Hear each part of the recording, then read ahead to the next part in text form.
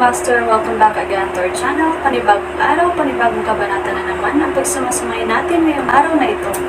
At kung bago ka sa ating channel, pag-click ang subscribe button and hit the notification bell para updated kayo sa ating mga susunod na videos.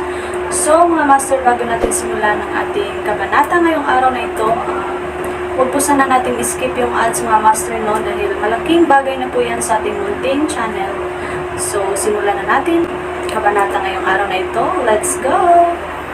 Kabanata 711 hanggang 720. Ang dakilang security guard. Kabanata 711 pagbisita mula sa walang hangganang bundok. Sinabi ng cultivator na nakaberde ang damit na ang Chi Fusion technique na ginagawa ni Yusuf Zok ay nga ang Chi Fusion Dharma Gate ng Joyful Sect, ngunit dahil palaging nililinang ni Yusuf Zok ang partikular na teknik na ito, magiging mahirap para sa kanya na baguhin ito sa maikling panahon. Bukod pa rito, hindi siya naniniwalang ang paraan ng Chi Fusion ay mas mababa. Ang pamamaraang Chi Fusion na ito ay malinaw na isang nakahihigit na Dharma Gate na nagbibigay diin sa pangunahing prinsipyo ng Yin at Yang at nag-aalok ng isang maaasahang interpretasyon ng sansinukob at lahat ng bagay sa loob nito. Sa makatuwid, hindi niya planong talikuran ang paraan ng Chi Fusion. Siyempre, gusto rin niyang pagsanayan ang devouring technique, dahil mas mabilis at mas madali nitong makukuha at masipsip ang enerhiya ng mga bihira at kamangha-manghang kayamanan, na malinaw na mas kapaki-pakinabang kaysa sa nakakapinsala. Sa mundo ng paglilinang, tila walang ibang makakapag-extract at makaka-absorb ng enerhiya mula sa mga pambihirang kayamanang ito. Kung tungkol naman sa Shadowless Sword Technique, tiyak na hindi ito hahayaang makaligtaan ni Yusuf Zok. Kahit na kasing lakas man o hindi nang sinasabi ng orihinal na autor ang Shadowless Sword Technique, ang pagkakaroon ng mga sword moves at techniques ay mas mainam kaysa sa basta-basta na paghak at paglaslas. Matapos tahimik na magkulong sa loob ng 7 araw sa kanyang silid, lumabas si Yusuf Zok at nalaman na ang paanan ng bundok ay walang tao, walang ideya kung saan dinala ng nakaberdeng rabadong cultivator ang mahigit 100 nascent soul experts. Sa anumang kaso, ang Chicken Mountain ay naging napakatahimik simula noong araw na iyon. Ang ilan sa mga dakilang demonyo ay nagsasaka, ang iba ay nagtuturo kina Ruth Wilcox at Ember Vance kung paano magsaka, at ang iba pa ay lumabas upang maglaro. Matapos mapatunayang normal ang lahat, nagsimulang maglakad si Yusuf Zok patungo sa likurang bundok. Sa likurang bundok, may isang hardin ng mga halamang gamot na hindi pa napupuntahan ni Yusuf Zok noon, ngunit ayon kay He Jiao, may mga ginseng sa hardin na mahigit 1 metro ang haba. Mayroong 72 uri ng mga halamang gamot, na pawang mga bihirang kayamanan na bihirang makita sa mundo, bawat isa ay may hindi bababa sa 5,000 taon ng pagtubo. Nangangahulugan iyon na lahat ng mga halamang gamot sa hardin ay tumutubo na sa loob ng 5,000 taon. Ang pag-iisip ng mga halamang gamot na 5,000 taong gulang ay nagpagalaw sa dila ni Yusuf Zok. Naalala niya ang panonood ng isang cartoon noong bata pa siya na tinatawag na The Ginseng Kids, kung saan ang batang ginseng ay hindi hihigit sa 1,000 taong gulang. Pero dito sa hardin, may mga ginseng na mahigit 5,000 taong gulang. Narating ni Yusuf Zok ang hardin, na maayos na nakaayos na parang taniman ng gulay, mga 1 ektarya ang laki. May mga bulaklak na may iba't ibang kulay, pawang namumukadkad mula sa mga halamang iyon. Halimbawa, ang ginseng ay namumulaklak ng mga pulang bulaklak, may mga lilang bulaklak, mga bulaklak ng orchideas, at maging ang maliliit na itim na prutas. Bukod sa pagkilala sa ginseng at lingzi, hindi nakilala ni Yusuf Zok ang iba pa. Subukan muna natin ang ginseng, sabi ni Yusuf Zok habang kumukuha ng ginseng na mahigit kalahating metro ang haba at mas makapal pa sa bunganga ng isang mangkok. Pagkatapos ay umupo siya nang nakakross ang mga paa. Ang devouring technique, kahit na may pangalang Devour, ay hindi isang bagay na kinakain gamit ang bibig kundi ginamit ang Dharma Gate ng devouring technique upang sumipsip ng spiritual energy o enerhiya mula sa mga bihirang kayamanan. Mabilis na pinatakbo ni Yusuf Zok ang circulation cycle ng devouring technique, at ilang sandali pa, biglang umikli ang kanyang telekinesis. Gamit ang mabilis na kilos ng kamay, na parang pagseselyo ng isang spell, itinuro niya ang malaking ginseng. Lumitaw ang mga alon sa ginseng, na mabilis na nalante at nabulok, kasabay ng isang napakalaking enerhiyang mahalaga sa buhay ang nahanggaw na parang alon ng chi. Lamunin. Sa isang salita lamang ni Yusuf Zoc, ang hindi nakikita ngunit maangin na enerhiya ay nasipsip sa kanyang bibig kasabay ng isang pag-ungol. Naging abo ang ginseng at nagkalat sa lupa, habang si Yusuf Zoc ay nakaramdam ng matinding enerhiya. Ang ginseng, isang halamang gamot na nagpapanumbalik ng qi at dugo at isang makapangyarihang tonic, ay maaaring magdulot ng pagdurugo ng ilong kung kahit isang maliit na ugat na 1 o 2 taong gulang ay kakainin ng buo, lalo na ang isang napakalaking ginseng na 5,000 taong gulang. Kaya't agad na namula ang mukha ni Yusuf Zoc, isang masiglang-sigla ang mabilis na damaloy sa kanyang katawan, hanggang sa maging ang kanyang pagkalalaki ay nanigas, at ang kanyang lalamunan ay uminit ng husto, tanda ng labis na pag-init. Siyempre, hindi pinigilan ni Yusuf Zoc ang sirkulasyon ng kanyang enerhiya. Habang patuloy na gumagana ang devo-uring teknik, unti-unting nawala ang init, at lahat ng mahahalagang enerhiya ay automatikong nagtagpo sa kanyang dantian. Sandaling umalangaw-ngaw ang 9 golden cores. Gayunpaman, ito ay isang panandaliang sandali lamang, dahil ang ginseng, sa kabila ng kapangyarihang panggamot nito, ay walang halaga sa isang taong may 9 na elixir na tulad niya. Nakakagaan ng loob ang pakiramdam na ito, tawa ni Yusuf Zoc ng malakas, biglang napagtanto na pagkatapos niyang masipsip ang bihirang kayamanan, ang pamamaraan ng paglunok ay nagdulot ng kasiyahan, na parang nasisiyahan sa isang masarap na pagkain. Tunay nga, ang teknik ng paglunok ay maaaring gamitin sa anumang bagay na may enerhiya, na may espiritual na kapangyarihan, maging ito man ay bato o kahit sa pisikal na katawan ng isang cultivator. Kaya naman itinuring ito ng mga ortodoksong magsasaka bilang isang uri ng pangkukulam. Halimbawa, kung ang isang magsasaka sa mid-foundation establishment stage ay nakatayo sa harap ni Yusuf Zoc, magagamit niya ang pamamaraang ito upang kunin ang asensya, espiritu, at sigla ng magsasakang iyon, lunukan ito ng buo at iiwan ang magsasaka ng tuyong balat. Nakakatakot, nakakatakot. Ang teknik na ito ay may taglay na napakalakas na opens iba at mapanirang katangian, at hanggat sapat ang lawak ng iyong divine sense, maaari kang lumamon ng walang katapusan. Tuloy, itinaas ni Yusuf Zoc ang kanyang kamay at, gamit ang telekinesis, pumitas ng ginseng. Pagkatapos, gamit ang mabibilis na pagtatatak ng kamay, ikinonekta niya ang kanyang telekinesis sa mantra ng teknik ng paglunok, direktang kinukuha ang asensya ng pangalawang ginseng. Malaki ang naging bilis niya kumpara dati. Patuloy. Bumilis ang paglaki ni Yusuf Zoc, hindi pa nga nahuhukay ang ilang ginseng nang direkta niyang inubos ang lahat ng asensya nito gamit ang kanyang bibig. Ang asensyang iyon, ang mga di nakikitang kumpol ng enerhiya, ay mabilis lamang makukuha sa pamamagitan ng koordinasyon ng telekinesis at ng teknik ng paglunok. Sa loob lamang ng 1 oras, biglang natuklasan ni Yusuf Zoc na kalahati ng iba't ibang halamang gamot sa maliit na hardin ng isang mo ay nilamon na niya, ngunit walang senyales ng isang tagumpay sa yugto ng mid-foundation establishment sa kanyang 9 na dantian cores, medyo naging mas matatag lang ang mga ito. Alam ni Yusuf Zoc na hindi dahil sa hindi niya nasipsip ang kapangyarihang panggamot ng mahahalagang halamang gamot, kundi dahil napakahirap para sa kanya na sumulong sa yugtong ito, na nangangailangan ng isang dami ng enerhiya na maituturing na malawak. Hindi maganda, hindi ako maaaring patuloy na lumamon ng ganito, sayangin ang mga regalo ng langit, dapat akong magtira para kina Ruth at sa iba, tumayo si Yusuf Zoc. Hindi na sapat ang mga ordinaryong kayamanan para suportahan ang kanyang pag-unlad, marahil ay kaya ito ng golden cores, ngunit kakailanganin niya ng marami sa mga ito. Mababa pa rin ang antas ng paglilinang ko. Kung hindi muling magbubukas ang aking mga blood beads sa loob ng 2 taon at hindi tataas ang aking cultivation level, kahit ang pagmaster ng swordsmanship ay magiging walang saysay. Hindi ko pa rin magagawang lipulin ang Joyful Sec o iligtas si Little Paisley, mag-isang naglalakad si Yusuf Zoc sa hardin ng mga gamot. Sa mundong ito, kinailangan niyang bilasan ang kanyang cultivation at mabilis na maging mas malakas. Napakaikling panahon lang ang 2 taon, nalilipas sa isang kisap mata. Paano kung magtagumpay si Paisley Kirk sa kanyang cultivation at bumalik sa Joyful Sect, ngunit hindi pa rin umuunlad ang kanyang cultivation level?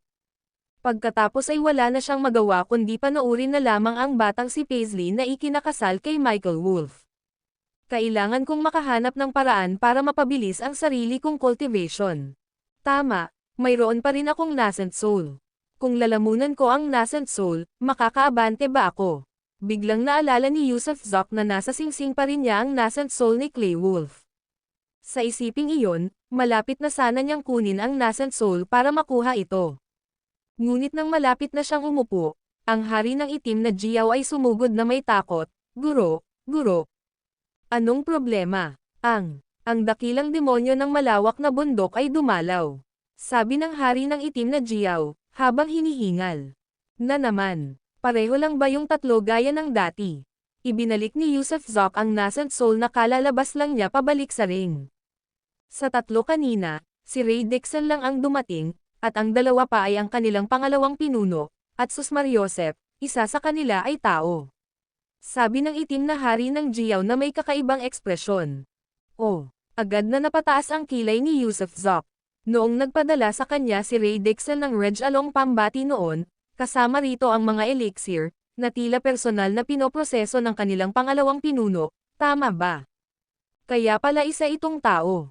Isang taong gumaganap bilang pangalawang pinuno sa mga dakilang demonyo ng malawak na bundok. Tara na, kilalanin natin sila, interesante ito. Labis na mausisa si Yusuf Zok. Bakit naman makikipagsabuatan ang isang tao sa mga dakilang demonyo? At ang pag-akyat sa posisyon ng pangalawang pinuno, mukhang may kwento roon. At dahil maagap silang lumapit sa kanya sa pagkakataong ito, tiyak na hinahanap na naman nila siya, tama ba? Ang video na ito ay edited by Urban Storytelling. Kabanata 712 Grayson Martin. Dalawang tao ang nagmula sa malawak na bundok sa pagkakataong ito, ang isa ay si Ray Dixon, na dumating ilang araw na ang nakalipas, at ang isa pa ay ang kanilang pangalawang pinuno, at higit sa lahat, ang pangalawang pinuno ay isang tao. Sa mainland, bihira para sa mga tao ang makihalubilo sa mga demon cultivator. Sa pagkaunawa ni Yusuf Zok, itinuturing ng mga tao ang mga demonyo bilang mga halimaw, na hinuhuli ang mga lalaking demonyo upang magsilbing mga asong bantay sa pinto o mga tagapagpatupad ng batas na matrabaho, habang ang mga nahuhuling babae ay hindi maiiwasang ginagamit upang painitin ang kanilang mga kama, na naging isang hindi nakasulat na batas. Ngunit ang isang taong nagawang maging pangalawa sa mga dakilang demonyo ay malinaw na hindi ordinaryong tao. Naglakad si Yusuf Zok papunta sa plaza, at paglingon sa ibaba, nakita niya ang dalawang figure na nakatayo sa pasukan ng bangin, ang isa ay si Ray Dixon na may mahabang braso, at ang isa naman ay isang halos 30 taong gulang na binata na nakaputi, ang kanyang anyo ay makislap at gwapo. Tumayo si Francisco Zok sa isang tabi, nagbigay ng isang seremonyal na pagsalubong. Siyempre, hindi kwalipikado si Francisco Zok na pamunuan sila papunta sa Chicken Mountain, at hindi rin niya magagawa iyon. Matapos mag-isip sandali, biglang tumawa si Yusuf Zok, pagkatapos ay pinitik ang kanyang daliri, at isang guhit ng berdeng ilaw ang agad na sumilay, lumapag sa harap ni Ray Dixon at ng iba pa. Pagkatapos ay lumawak ang berdeng ilaw upang bumuo ng isang linya na patuloy na lumalawak at umaabot hanggang sa tuktok, na lumilikha ng direktang daanan patungo sa tuktok ng bundok, na naglalaho sa nakapalibot na mga ulap at porma sayon. Maligayang pagdating, sigaw ni Yusuf Zok mula sa tuktok ng bundok. Pakiusap, kumpas ni Francisco Zok gamit ang kanyang kamay bilang pag-aanyaya, habang ang iba pang dosenang malalaking demonyo ay nakatayo sa magkabilang gilid ng plaza, nagsisilbing tagapagsalubong at bantay. Kung tungkol naman kina Ruth Wilcox at Amber Vance, nanatili sila sa loob ng bahay. Ilang sandali pa, ginabayan ni Francisco Zok si Ray Dixon at ang pangalawang pinuno paakyat ng bundok. Nang magkita ng harapan, agad na yumuko ang pangalawang pinuno habang nakakuyom ang mga kamao, na nagsasabing, si Grayson Martin ng malawak na kabundukan ay nagbibigay pugay kay Mr. Luo. Pagbati, G. Luo. Yumuko rin si Ray Dixon bilang pagbati. Haha, mga kagalang-galang na panauhin, pakiusap, natatawang sabi ni Yusuf Zok, bilang pag-anyaya sa dalawang lalaki. Ngumiti ang dalawang lalaki at gumanti, pagkatapos ay naglakad papasok sa pangunahing bulwagan kasama si Yusuf Zok. Hindi sila lumingon-lingon ng may pag-uusisa at nagpakita ng napakagalang na asal. Pagkaupo, naghain si Francisco Zok ng tsaa, at unang nagsalita si Yusuf Zok, nitong mga nakaraang araw, ako ay nag-iisa, Balak kong bisitahin ang mga pinuno ng malawak na bundok pagkaraan ng ilang panahon, ngunit hindi ako nakahanap ng oras. Sana ay hindi magdamdam sina Brother Grayson at Brother Ray. Ginoo, biro ni Luo, humajijek si Grayson Martin at umiling. Muling dumarating kami ng walang palem, dahil kailangan namin si Mr. Ang tulong ni Zoc sa isang mahalagang bagay. Anong problema? Tanong ni Yusuf Zoc na may pagtataka. Sumulyap si Grayson Martin at saka nag-isip, sa totoo lang, ang ating pinuno ay may nag-iisang anak na babae, at ang anak na babae na ito ay ipinanganak din ng pinuno at ng isang babaeng tao. Siyempre, si G. Zoc, huwag mo sanang intindihin ng mali, ang pinuno natin ay hindi yung tipo ng taong sapilitang nang aagaw ng mga babae.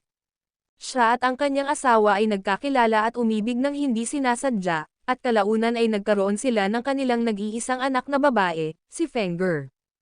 Ngunit si Fenger ay palaging mahina at masakitin mula pa noong ipinanganak, at nagtataglay din ng katamtamang kakayahan. Sa buong pagsisikap lamang ng pinuno at sa iba't ibang uri ng elixir mula sa akin ay bahagya lamang na narating ni Fenger ang Golden Core Realm. At ngayon, kung isasaalang-alang ang kanyang habang buhay, malapit nang matapos ang panahon ni Fenger, sa loob ng ilang buwan, siya ay magiging alabok. Ang pinuno ay labis na nababalisa para sa kanyang minamahal na anak na babae, naghahanap ng mga sikat na doktor, lunas, at mga iskolar, ngunit wala pa ring nangyari. Ilang panahon na ang nakalipas, narinig namin na isang demonyong **** ang lumitaw sa bundok ng manok. Matapos ang maingat na pagsisiyasat, natuklasan namin ang mga demonyong ***** na pawang nagmula sa mga gwardya sa baybayin ng East Sea, at lahat ay nakarating sa Feather Transform sa loob lamang ng isang gabi. Ilang dakilang demonyo kahit nasa early Golden Core stage pa lang ay nagawa ng mag-Feather Transform. Sa makatuwid, nais ng aming pinuno na hilingin kay G. Tulong ni Luo. Nasa early Golden Core stage na rin si Fenger, at kung wala ang Feather Transformation, siguradong mamamatay siya.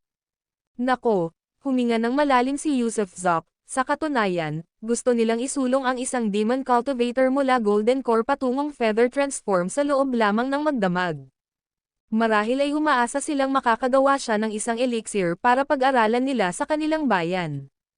Walang problema, matutulungan ko si Fenger na magbagong anyo ng balahibo. Pero bakit hindi mo isinama si Miss Fenger? Mura ni Yusuf Zoc sa loob-loob niya, muntik na siyang mamatay, at dapat ba siyang tawaging matandang ginang Fang, tama ba? Ginoo, pumayag na si Zoc. Nabigla sina Grayson Martin at Ray Dixon, dahil hindi nila inaasahan na papayag agad si Yusuf Zoc. Ang pagliligtas ng buhay ay isang merito, at bukod pa riyan, magkaibigan tayo, hindi ba? Nakangiting sabi ni Yusuf Zoc.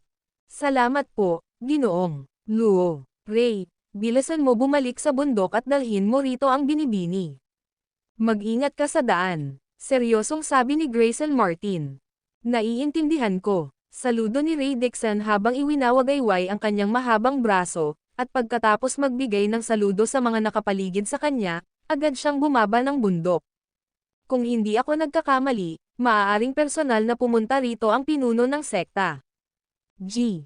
Ang kabaitan ni Luo, ang isinapuso ng ating Chicken Mountain, sabi ni Grayson Martin, sabay hinga ng malalim.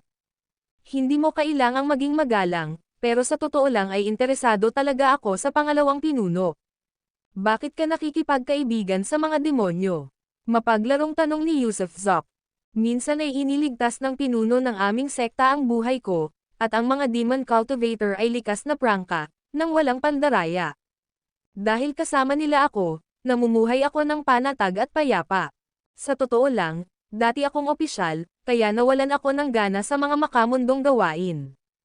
Matapos kong tahakin ang landas ng paglilinang, lagi akong nagtataka kung bakit itinuturing ng mga tao ang mga demonyong tagapaglinang bilang natural na kaaway.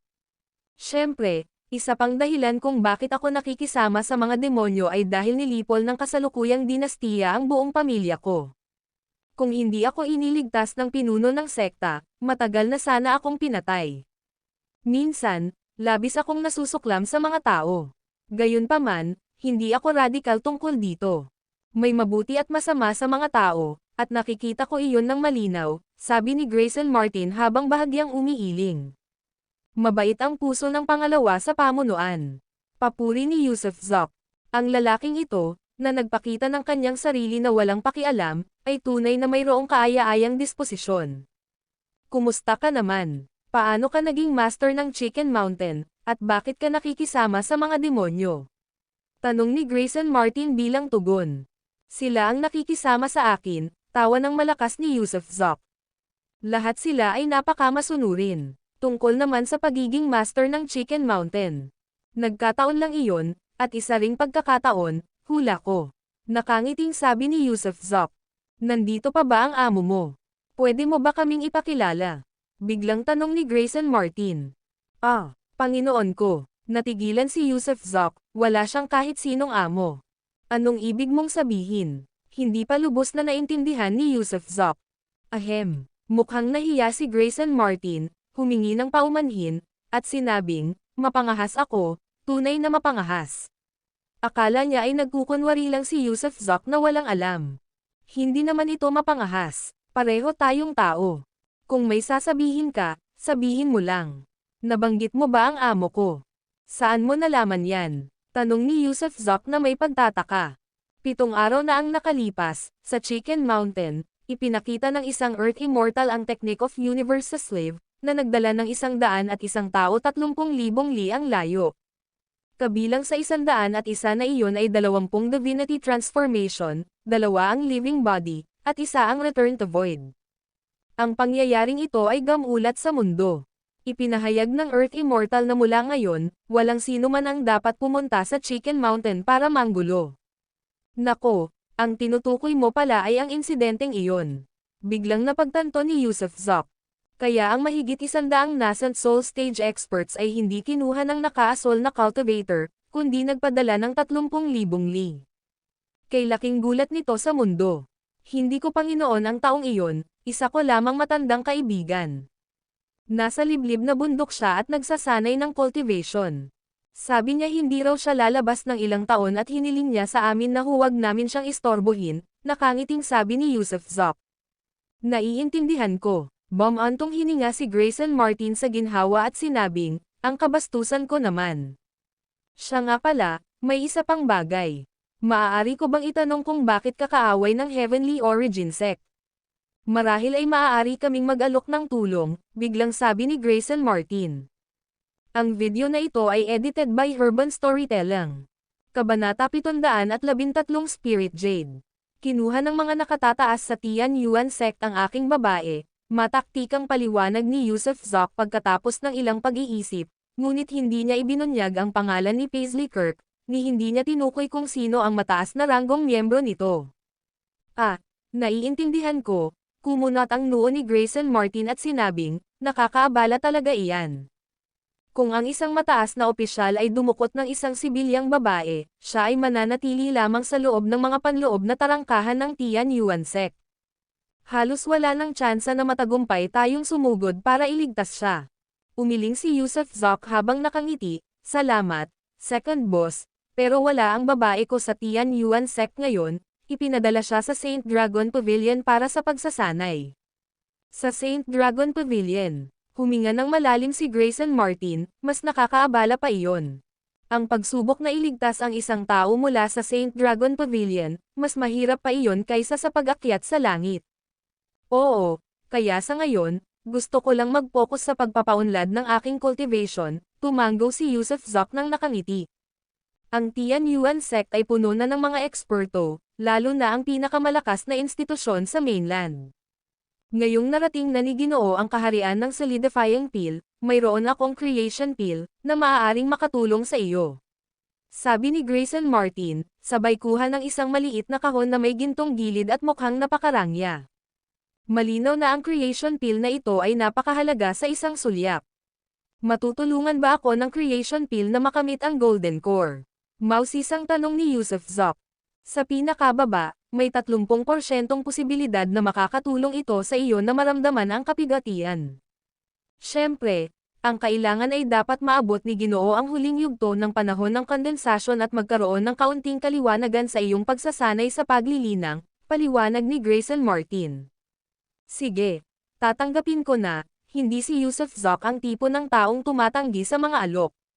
Kahit hindi niya ito gamitin mismo, maaari pa rin niya itong ibigay kina Ruth Wilcox at Amber Vance pagdating ng panahon.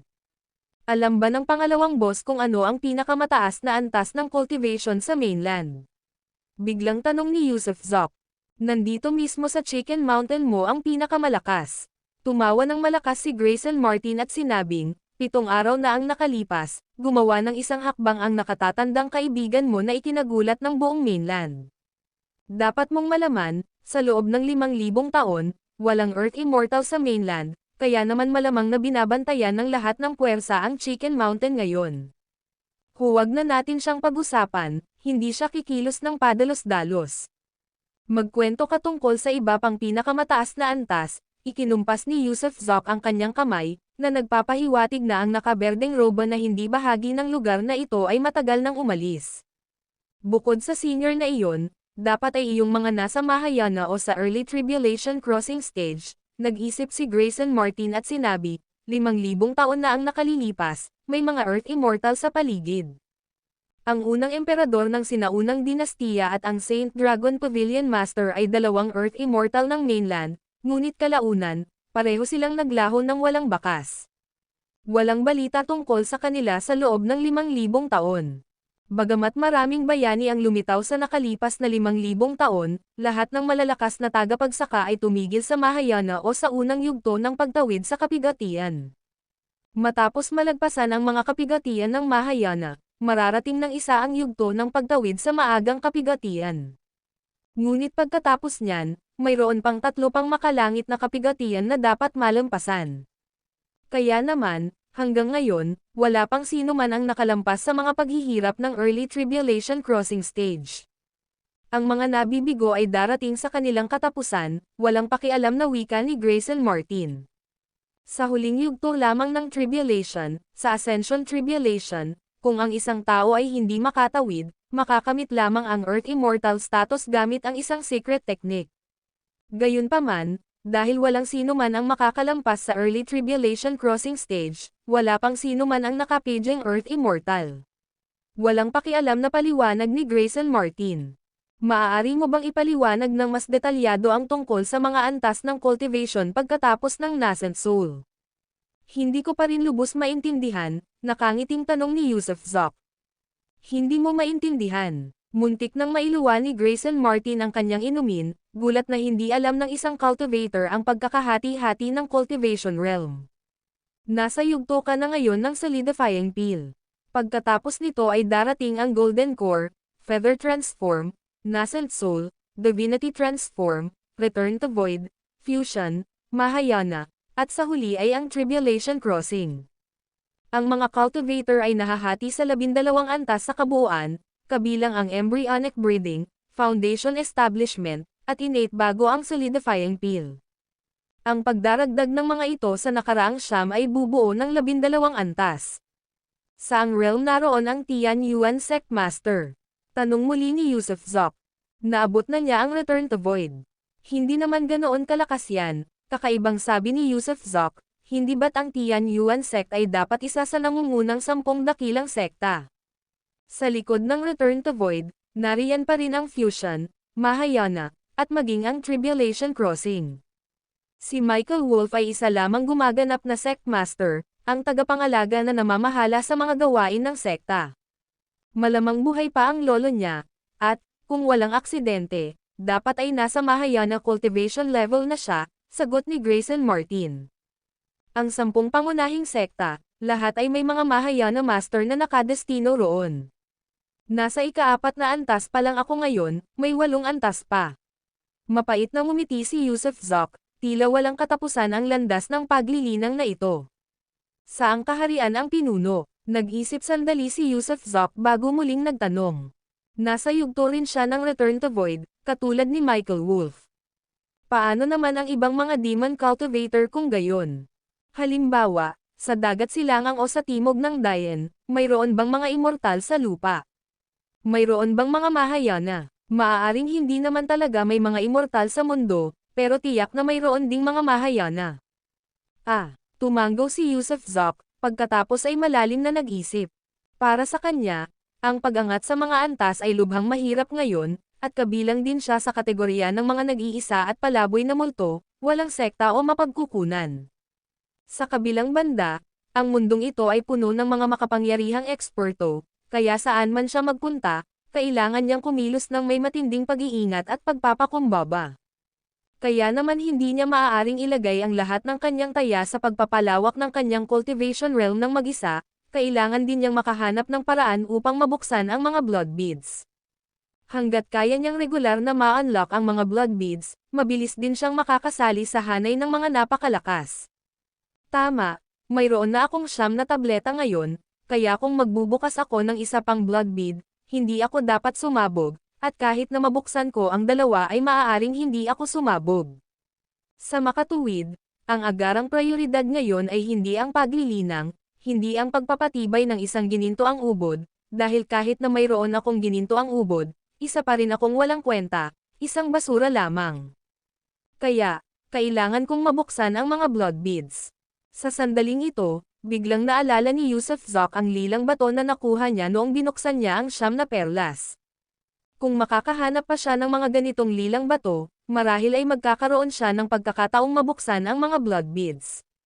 Pangalawa sa pamunuan, ilang panahon na ang nakalipas ay nakakuha ako ng isang lilang bato, na hugis rhombus, na ganito kalaki. Habang sinasabi ito, si Yusuf Zok ay gumawa ng mga senadoryas gamit ang kanyang mga kamay. Alam mo ba kung anong uri ng bato ito? May enerhiya sa bato, pero hindi iyon kapangyarihang espiritual. Isang lilang bato, hugis rhombus, na may enerhiya sa loob. Kung gayon ang tinutukoy mo ay si Spirit Jade. Mabuti ang Spirit Jade, ang paghawak nito sa iyong kamay ay makakatulong sa cultivation, mapabilis ang proseso, magagamit sa medisina, at maaaring pinuhin upang maging magic artifacts. Bihira itong makita sa merkado, pero sa mga matataas na opisyal ng great sects, kumakalat ang ganitong uri ng bato. Gayun din, may 4 na grado ang batong ito, pang-ibaba, pang-gitna, pang-itaas, at pang-itaas. Ang pinakamataas na uri ay tinatawag na Spirit Seed. Ayon sa alamat, ang paglilinang gamit ang pinakamataas na uri ng Spirit Jade sa loob ng 2 oras ay katumbas ng 10 oras ng iyong mahirap na paglilinang. Gayunpaman, ang ganitong uri ng Spirit Jade ay hindi direktang maa-absorb at maaari lamang magsilbing pantulong sa cultivation, dahil pinapaikli nito ang spiritual energy ng nakapalibot na kalikasan malapit sa iyong katawan. Saan ko makukuha itong Spirit Jade? Huminga ng malalim si Yusuf Zok. Napakabihira nito, sinasabing lumitaw mula sa isang immortal mansion, at sinasabi rin na sa loob ng hindi mabilang na mga taon, wala pang 10,000 piraso ang natagpuan.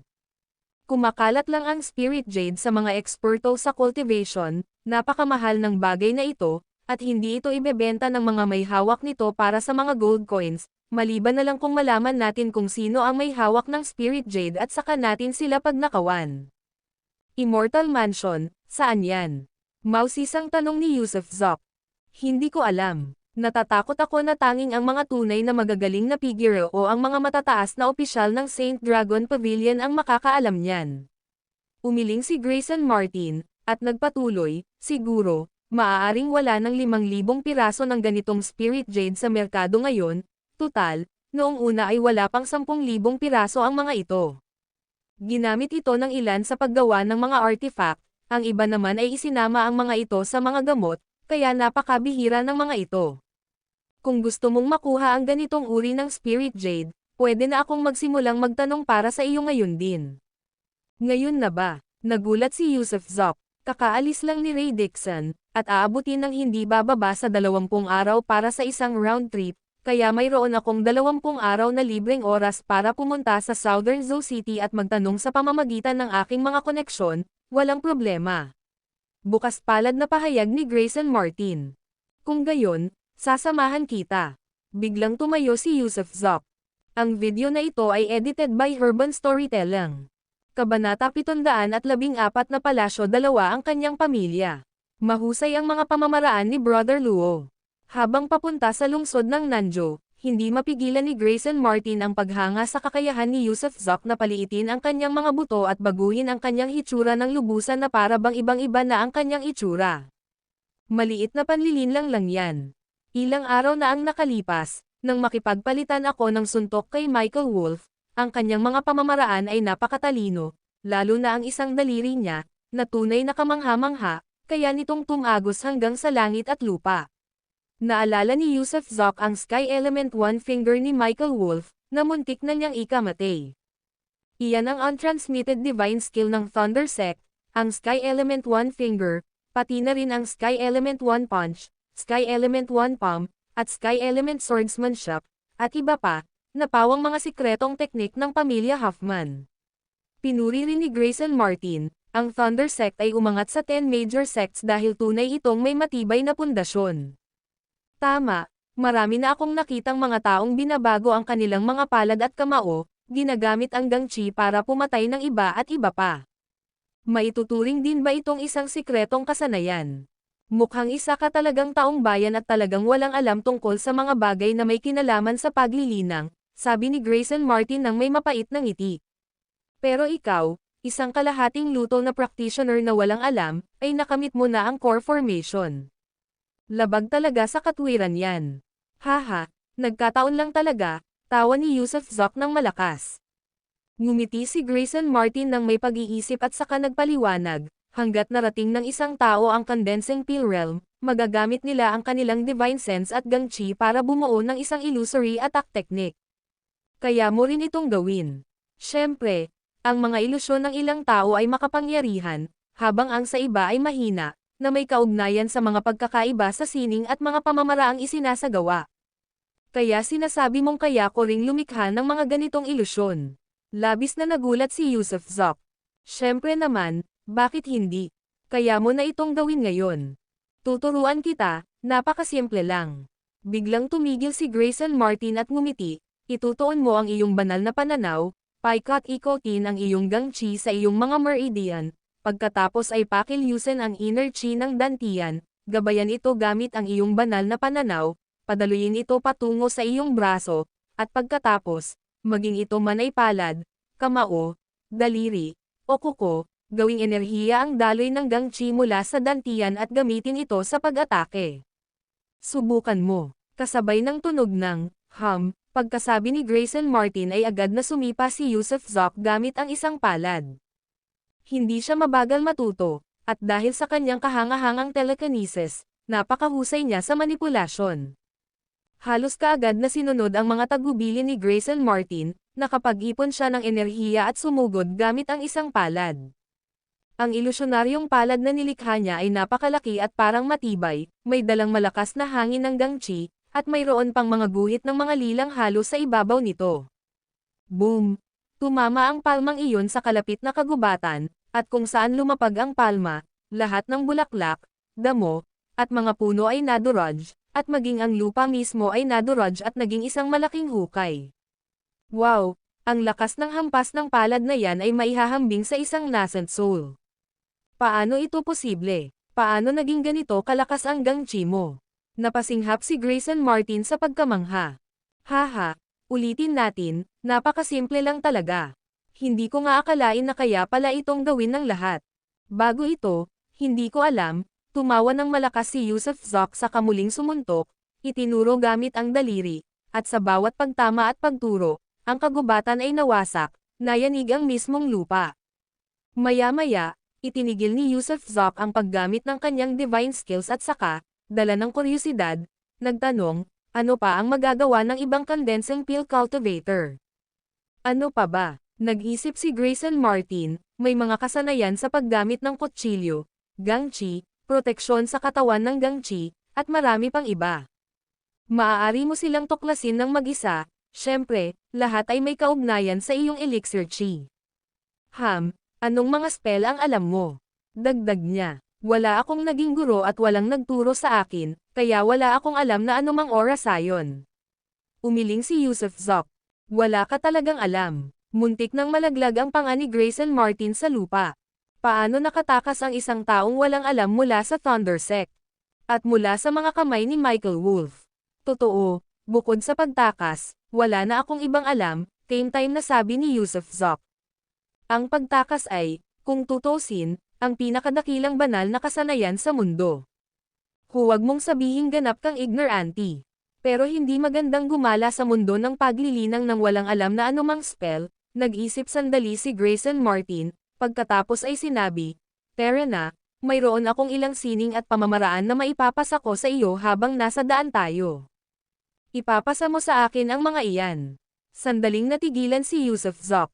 Umiling si Grayson Martin, hindi naman mga sikretong teknik o mga ipinagbabawal na sikreto ang mga iyon, mga simpleng sining at pamamaraan lamang, pero mayroon pa rin silang lakas sa pakikipaglaban.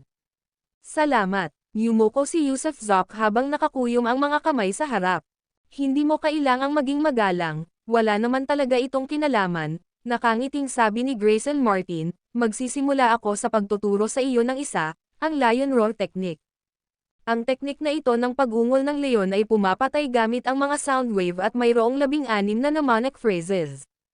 Isaulo mo muna sila." Habang nagsasalita siya, binigkas ni Grayson Martin ang 16 na mnemonic phrases na may kaugnayan sa Lion Roar Technique, at mabilis itong naisalo ni Yusuf Zok. "Matapos mo silang maalala, ginagamit mo pa rin ang iyong divine sense at dantian bilang pundasyon, humihila ng hininga pataas sa dibdib papunta sa baga, at inilalabas ang tunog mula sa baga. Napakasimple lang talaga. Siyempre, huwag mo nang praktisin yan ngayon. Ang kailangan mo lang gawin ay tandaan ito, at unti-unti mo itong mauunawaan sa ibang pagkakataon. Tuturuan kita ng isa pang teknik sa pagkontrol ng espada." "Alam ko yan," agad na sagot ni Yusuf Zok. "Kumusta naman ang teknik ng paghahanap ng kaluluwa?" "Hindi ko kilala yan," agad na umiling si Yusuf Zok. "Kabisaduhin mo ang orasayon kasama ko." "Tama, mayroon din bang teknik ng kulog at kidlat?"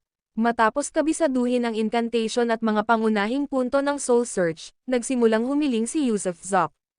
Ang teknik ng kulog at kidlat ay ang sikretong sining ng sekta ng kulog, hindi itinuturo sa mga tagalabas. Umiling si Grayson Martin. "Sa totoo lang, ang alchemy ang pinakamaipagmamalaki kong sining, pero nakalulungkot, hindi ito isang bagay na kayang matutunan sa isang iglap. Kung hindi, wala akong problema sa pagtuturo sa iyo," biglang sabi ni Grayson Martin habang nakangiti. "Siyempre, ang Lion Roar Technique at ang Soul Search na itinuro ko sa iyo ay mga minor arts lamang, pwede na para sa casual na paggamit. Ang tunay na sining ay ang mahusay na paggamit ng espada, kasanayan sa kutsilyo, sining ng talisman, teknik ng kulog at kidlat, o ang teknik ng 5 elemento, at iba pa. Kaya, kung magkakaroon ka ng pagkakataong matutunan ang mga sining na ito, siguraduhin gawin mo. Mas maraming kasanayan ang taglay mo, mas handa ka, at may mga pagkakataong magagamit mo ang mga ito." Habang nag-uusap sila, natatanaw na ang lungsod ng Nanjo. Maraming natutunan si Yusuf Zok sa kanyang paglalakbay. Sa katunayan, simula nang dumating siya sa mundong ito, wala na siyang gaanong pakikipag-ugnayan o pagkakaintindi sa iba. Kung mas nakipag-ugnayan siya sa mga tao, hindi sana magiging mahirap matutunan ang mga sining na itinuturo sa kanya ni Grayson Martin. Dahil kapwa-tao at hindi nakikilala, madali silang nakapasok sa lungsod, at si Grayson Martin, na tila pamilyar sa lugar, ay dinala si Yusuf Zok sa isang pawn shop. Personal na lumabas ang tindero para salubungin sila at dinala siya sa likod bahay. Nanatili si Yusuf Zok sa harapang bulwagan upang uminom ng tsaa. Pagkatapos lamang ng halos 15 minuto, lumabas si Grayson Martin nang nakangiti at nagsalita sa mahinang boses, "Swerte natin, tara na." Hindi nagtanong si Yusuf Zok tungkol sa ugnayan sa pagitan ng pawn shop at ni Grayson Martin. Paanong ang bundok Kangmang, na matagal nang tumatakbo sa Nanjo, ay walang mga impormante sa lungsod ng Nanjo. Pagkatapos umalis sa pawn shop, nagpatuloy si Grayson Martin sa malumanay na boses, "Sa lungsod ng Nanjo, may isang pamilyang may apelyidong Hoffman.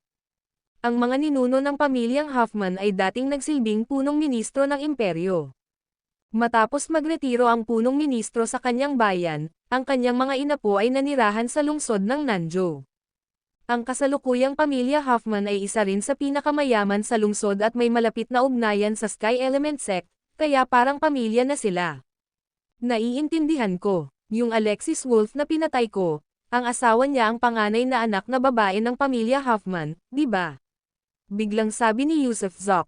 "Tama iyan. Ngayon, ang matandang si Mr. Si Hoffman ay may 9 na anak na babae at 2 anak na lalaki, ang isa ay simple ang pag-iisip, at ang isa naman ay nasa Sky Element sect. Ang impormasyong ibinigay sa akin ng iba ay ang matandang si G. Maaaring may 1 o 2 piraso ng Spirit Jade si Hoffman. Sigurado ka ba? Huminga ng malalim si Yusuf Zok. Dapat tama lang talaga. Ang matandang si G. Hindi pa nagsanay ng cultivation si Hoffman noon, ngunit sa kanyang katandaan, dahil ayaw niyang mamatay, ginamit ng kanyang anak na babae ang koneksyon nito sa Sky Element sect upang tulungan siya ng palihim. At dahil sa kanyang katandaan, kahit may elixir pa siya, hindi na ito angkop para sa kanya na magsanay, dahil ang malakas na kapangyarihan ng gamot ay masyadong malakas para sa isang matandang lalaki. Gayunpaman, nagawa niyang bumuo ng isang core nitong mga nakaraang taon, kaya paano niya ito nagawa? Kaya nga dapat ay mayroon siyang Spirit Jade. Bukod pa rito, ang Sky Element sect ay isa sa 10 pangunahing sect, kaya karaniwan sa sect na magkaroon ng 100 o kahit 100 piraso ng Spirit Jade. Nananakawan natin iyan. Nagningning ang mga mata ni Yusuf Zok. Niloko ng pangalawang batang Panginoong si Hoffman ang kanyang gold ticket, kaya kahit walang Spirit Jade, kailangan pa rin niyang kumuha ng ilang gold ticket. Ang video na ito ay edited by Herban Storytelling. Kabanata 715 may malaking gamit ang Spirit Jade. Ang tirahan ng pamilyang Lopez, na pagmamayari ng mayamang si Yusuf Zok, ay matatagpuan sa kanluran ng mainland city, na sumasaklaw sa isang napakalawak na lugar. Walang kapantay ang karangyaan ng pasukan ng mansyon, lalo na't ang 2 karakter para sa Lopez Residence, ay inukit mismo ng emperador ng pamilya Lopez. Siyempre, matagal nang namatay ang emperador na iyon, bilang ninuno ng mga ninuno ng kasalukuyang emperador, gayunpaman, dahil ang mga ninuno ni Yusuf Zok ay mga ninuno ng kasalukuyang emperador, ang pamilya ay itinuturing pa ring isang mahalagang sambahayan, kahit na wala na sila sa mga opisyal na posisyon. Sa loob ng tirahan ng mga Lopez, mayroong 700 katulong at 300 gwardya, na umaabot sa 1,000 katao, lahat ay naninirahan sa loob ng malawak na lupain ng mga Lopez. Dati ring nakatira doon ang nakababatang amo ng pamilyang Lopez, ngunit bumalik na siya sa sekta dahil may mga mahahalagang pagbabago sa sekta ng Tian Yuan, at namatay na rin ang kanyang bayaw, kaya panahon na para pansamantala siyang magtago sa sekta. Natapos na nina Yusuf Zok at Grayson Martin ang kanilang pagkain at alak pagsapit ng hating gabi. Doon sila tumalon papasok sa malawak na patio ng mansyon ng mga Lopez. Habang tumatalon si Yusuf Zok, pinagmasdan niya ang paligid gamit ang telekinesis. Bagamat maraming tao sa looban, walang mga eksperto, kaya madali silang nakapasok ni Grayson Martin sa tirahan ng matandang patriarka ng mga Lopez. Ang matandang patriarkang Lopez ay isang matandang magsasaka, kaya't mukhang medyo matanda na siya. Nang palihim na pumasok sa looban sina Yusuf Zok at Grayson Martin, ang matandang patriarka ay nasa kalagitnaan ng kanyang ikalawang pag-indek, katabi ang isang batang babaeng tila hindi hihigit sa 15, pinagpapawisan ng husto habang umuungol ito sa pagod.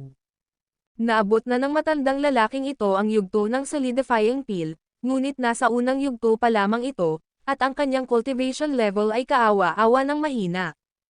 Alam na alam talaga ng matandang yan kung paano magsaya. Napangiwi si Grayson Martin habang nagsasalita.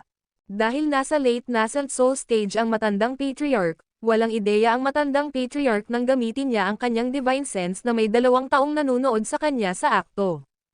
Huwag kang pumatay ng kahit sino.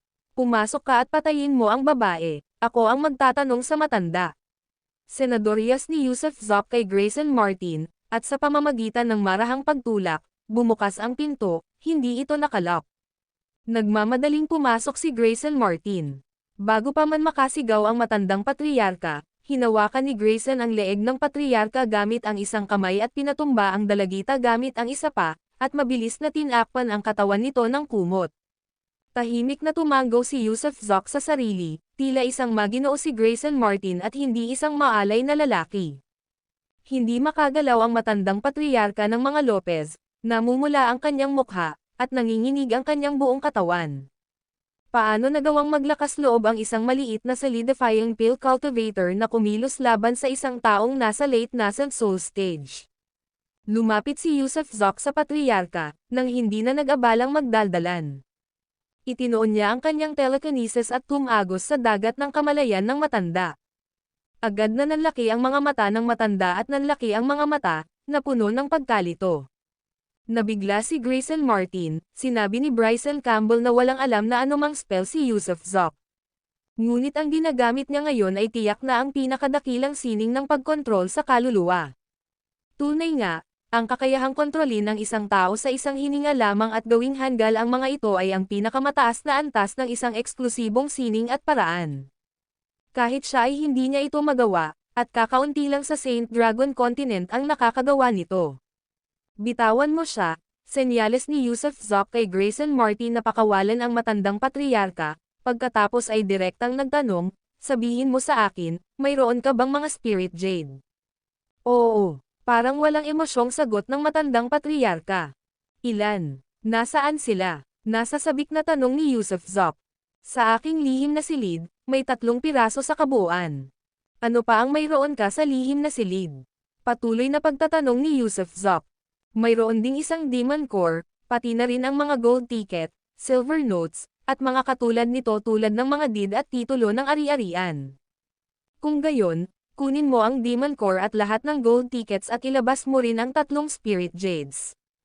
Oo, tumayo ang hubad na matandang patriarka, automatikong naglakad papunta sa aparador ng mga libro para kunin ang isang hanay ng mga susi, pagkatapos ay itinulak sa tabi ang aparador, na nagpapakita ng mga hagdan patungo sa ilalim ng lupa, na tila mahigit 20 metro ang lalim at may 3 pinto.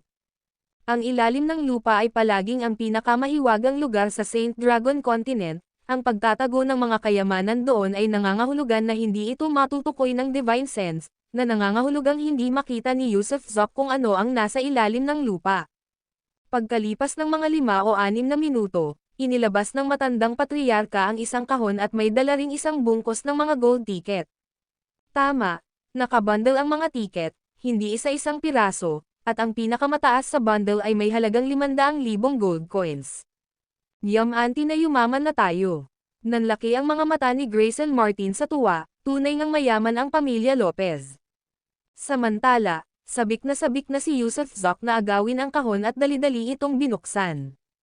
Nako, pagkabukas pa lang ng kahon, ang mga blood beads sa kaibuturan ng kanyang isipan ay nagsimulang pamitik, nananabik, at ang parehong pakiramdam ng kagustuhang ubusin ang isang bagay ay muling sumulpot. Tuwang-tuwa si Yusuf Zoc, ngunit nang isasara na niya sana ang takip ng kahon, biglang tumigil sa paggalaw ang tumitibok na blood bead at bumalik sa normal ang lahat. Anong nangyayari? Natigilan si Yusuf Zoc, halatang pumipintig ito, kaya bakit ito tumigil? Ano ang dahilan? Plano niya sanang bumalik at higupin ang spirit jade mamaya, pero ngayong may problema na, agad siyang kumuha ng isang piraso ng spirit jade at sinubukang higupin ito gamit ang telekinesis. Muling kumislap ang blood bead, ngunit wala itong aktibong hinihigop, kumurap lamang ito ng ilang beses bago muling kumalma. Anong nangyayari? Nagpatuloy si Yusuf Zoc sa pagkuha ng pangalawa at pangatlong spirit jade, ngunit kumurap lamang ang mga ito at hindi nasisipsip. Anong problema? Napansin ni Grayson Martin na bumubulong si Yusuf Zoc sa sarili, kaya naman naging mausisa siya, hindi niya alam ang ginagawa ni Yusuf Zoc. Wala lang. Kumunat ang noo ni Yusuf Zoc, iniisip kung bakit nangyayari ang sitwasyong ito. Tama, anong grado itong spirit jade? Bigla, pagkaraan ng ilang sandali, nahulaan niya ang isang posibilidad na ang grado ng spirit jade na ito ay masyadong mababa, at ang nakuha niya noon ay malamang na mataas ang grado, samantalang ang kanyang blood bead ay walang dot ang mapili, kahit na ang mababang grado ng spirit jade ay may atraksyon, ang blood bead ay hindi direktang kumukuha ng enerhiya mula rito. Mababang grado, parang walang emosyong sagot ni Lolo Gang. Ayan na nga, matapos makuha ang tugon ni Lolo Gang, malungkot na tinampol ni Yusuf Zoc ang kanyang hita. Kung gayon, alam mo ba kung ang panganay mong anak na babae ay mayroong anumang top grade o supreme grade spirit jades? Hindi ako sigurado tungkol dyan. Umiling si Lolo Gang. Matulog ka na, walang nangyari ngayong gabi, at wala kang maaalala. Mahinang wika ni Yusuf Zoc. Oo, dahan-daang naglakad si Lolo Gang papunta sa kama, nakasandal sa tabi ng walang malay na dalaga, at di nagtagal ay nakahinga ito ng maayos, at tuluyan ng nakatulog. Ang galing mo. Nag-thumbs up si Grayson Martin kay Yusuf Zok, itong divine skill, malamang kahit ang sect master ng Tian Yuan ay hindi magkakaroon nito, di ba? Masyadong kamangha-mangha. Tara na. Ngumiti si Yusuf Zok, pagkatapos ay direktang tumalon palabas. Agad na sumunod si Grayson Martin, at silang dalawa ay umalis ng lungsod ng magdamag. Walang mga trap dragon ban sa Nanzhou City, kaya hanggat kaya mong lumipad, malayang makakalipad ka sa ibabaw ng lungsod. Bago magbukang liwayway, nakabalik na sina Yusuf Zok at Grayson Martin sa Chicken Mountain. Inutusan ni Yusuf Zok ang mga pangunahing demonyo na dalhin si Grayson Martin upang magpahinga, habang siya mismo ay pumasok sa lihim na silid. Ang pagpunta sa Nanzhou City sa pagkakataong ito ay, sa pangkalahatan, isang malaking pakinabang, kahit papaano ay naipaalam niya ang mahahalagang bagay na kailangan para ma-unlock ang kanyang blood bead. Si Spirit Jade iyon, tiyak na matutulungan siya ng top grade o supreme grade na Spirit Jade na mabuksan ang blood bead. Gayun din, sa pamamagitan ng pagnanakaw sa pamilyang Gang, kumita siya ng halos 100 milyong gold coins. Gusto ko ring subukan kung ang Devo-uring technique ay direktang makakakuha ng enerhiya mula sa Spirit Jade na ito. Pumasok si Yusuf Zok sa lihim na silid, balak subukan ang Devo-uring technique. Sinabi ni Grayson Martin na ang enerhiya sa Spirit Jade ay hindi direktang maaaring masipsip, maaari lamang itong makatulong sa cultivation, na gumaganap bilang isang tagapamagitan.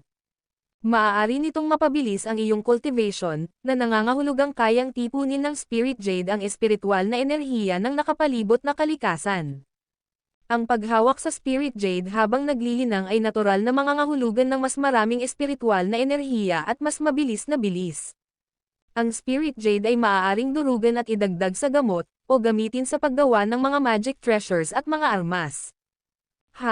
Magsisimula ako sa isang piraso para makita ang epekto. Kung walang epekto, hahawakan ko na lang ang Spirit Jade para sa cultivation.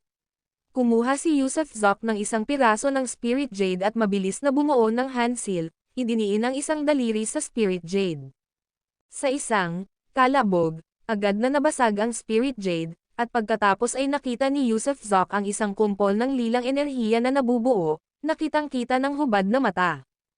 Nang mabilis niyang ibuka ang kanyang bibig para huminga, ang kumpol ng enerhiyang iyon ay hinigop sa kanyang tiyan. Boom! Pumasok ang enerhiya sa kanyang tiyan at kumulog ito na parang bagyo sa loob, agad na kumulo ang kanyang dantian habang ang 9 na lilang core pills ay walang tigil na kumukurap. Walang anumang aksidente, umangat ang ranggo niya. Isang piraso ng Spirit Jade ang nagbigay daan sa kanya upang umakyat sa ranggo, at maabot ang kalagitnaan ng yugto ng Foundation Establishment. Ang video na ito ay edited by Urban Storytelling. Kabanata 716 ang sulat mula sa Saint Dragon Pavilion Master. Gamit ang Devo-uring technique, maaaring direktang kumuha ng enerhiya mula sa Spirit Jade ang isang tao, at ang enerhiya sa loob nito ay napakalawak at napakadalisay, kaya, matapos makuha ang isang piraso ng Spirit Jade, sa wakas ay humakbang pasulong si Yusuf Zok, at matagumpay na nakarating sa kalagitnaan ng yugto ng pagkakatatag ng pundasyon. Maaaring walang pakialam ang ibang mga cultivator sa maliit na hakbang na ito, ngunit para kay Yusuf Zok, na nagtataglay ng 9 na golden cores, ang hakbang na ito ay lubhang mahirap gawin. Napakahusay na bagay. Huminga ng malalim si Yusuf Zok ng ilang beses, ang Spirit Jade ay mas nakahihigit pa kaysa sa golden core. May dalawa pa, tingnan natin kung maaabot ko ang huling bahagi ng panahon ng kondensasyon, o kahit umakyat sa Golden Core Realm at maramdaman ang nalalapit na kapigatian, patuloy ni Yusuf Zok, kinuha ang 2 pang piraso ng Spirit Jade, mabilis na bumuo ng isang selyo ng kamay upang pagpalain ang mga ito, at pagkatapos, kasabay ng isang paghinga, sinisipsap ang 2 daloy ng napakadalisay na lilang enerhiya. Gurgle gurgle gurgle. Ang narinig niyang tunog mula sa kanyang tiyan, at kumulo ang kanyang dantian. Gayunpaman, sa pagkakataong ito, ang 9 na golden cores ay kumurap lamang ng ilang beses at bahagyang tumigas ng walang anumang karagdagang aktibidad. Siyempre, ang kanyang espiritu, lakas, at iba pa, ay patuloy na bumuti, ngunit hindi siya umabot sa huling yugto ng panahon ng kondensasyon. Bumantong hininga si Yusuf Zok. Bagamat handa na ang kanyang pag-iisip para sa imposibilidad ng pag-unlad, labis pa rin siyang nadismaya nang hindi ito nangyari. Nang maubos niya ang unang spirit jade, nakain na siya ng maraming iba pang spirit pills at mga halamang gamot, kaya nakaipon siya ng malaking halaga, at dahil dito, natural na umangat ang ranggo niya nang maubos niya ang unang spirit jade. Gayunpaman, dahil kaka-rating pa lamang niya sa kalagitnaan ng yugto ng pagkakatatag ng pundasyon, kahit ang pagkakaroon ng 2 spirit jade ay hindi sapat upang suportahan ang karagdagang pagsulong, hindi sapat ang enerhiya. Tama, nariyan pa rin ang nascent soul. Ano ang mangyayari pagkatapos itong masipsip? Inilabas ni Yusuf Zok ang nascent soul mula sa kanyang singsing. Isa itong late nascent soul stage nascent soul, ang enerhiya nito ay malamang na mas malakas at mas dalisay kaysa sa spirit jade. Susubukan ko ang panganib, hindi naman sa papatayin ako nito. Sa parehong paraan, patuloy na hinihigop ni Yusuf Zok ang enerhiya. Bagamat medyo nakakatakot, hindi niya ito direktang nguyain gamit ang bibig niya, kung hindi, hindi niya talaga ito malunok. Isa pa rin itong mas pinong enerhiya na sumabog, ang dantian ay patuloy na kumulo, at ang 9 na purple pills ay tumigas at kumurap. Pop pop pop pop, ang 9 na purple pills ay naglabas ng sunod-sunod na tunog ng pagputok na parang mga sumasabog na sitaw, at pagkatapos ay naramdaman ni Yusuf Zok na ang kanyang cultivation realm ay nagsimulang tumaas ng husto, kasama ang 9 na lilang human pills na nagsisimula ring kumislap na may maitim na gininto ang kulay, hindi ginto, kundi maitim na ginto. Huling panahon ng kondensasyon. Naikuyom ni Yusuf Zok ang kanyang mga kamao sa tuwa. Gamit ang 2 piraso ng spirit jade at isang nascent soul, sa wakas ay narating na niya ang huling bahagi ng condensation period. Pero hindi ko pa nararamdaman ang nalalapit na kapigatian, pumikit si Yusuf Zok. Maingat na dinadama ang ritmo at pagbabago-bago sa pagitan ng langit at lupa.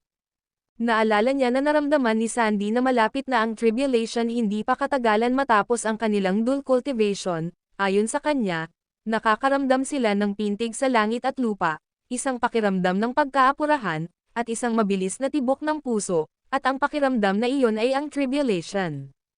Matagal na naramdaman ito ni Yusuf Zok ngunit hindi siya nakaramdam ng anumang ritmo o pagbabago-bago, ni hindi rin bumilis ang tibok ng kanyang puso.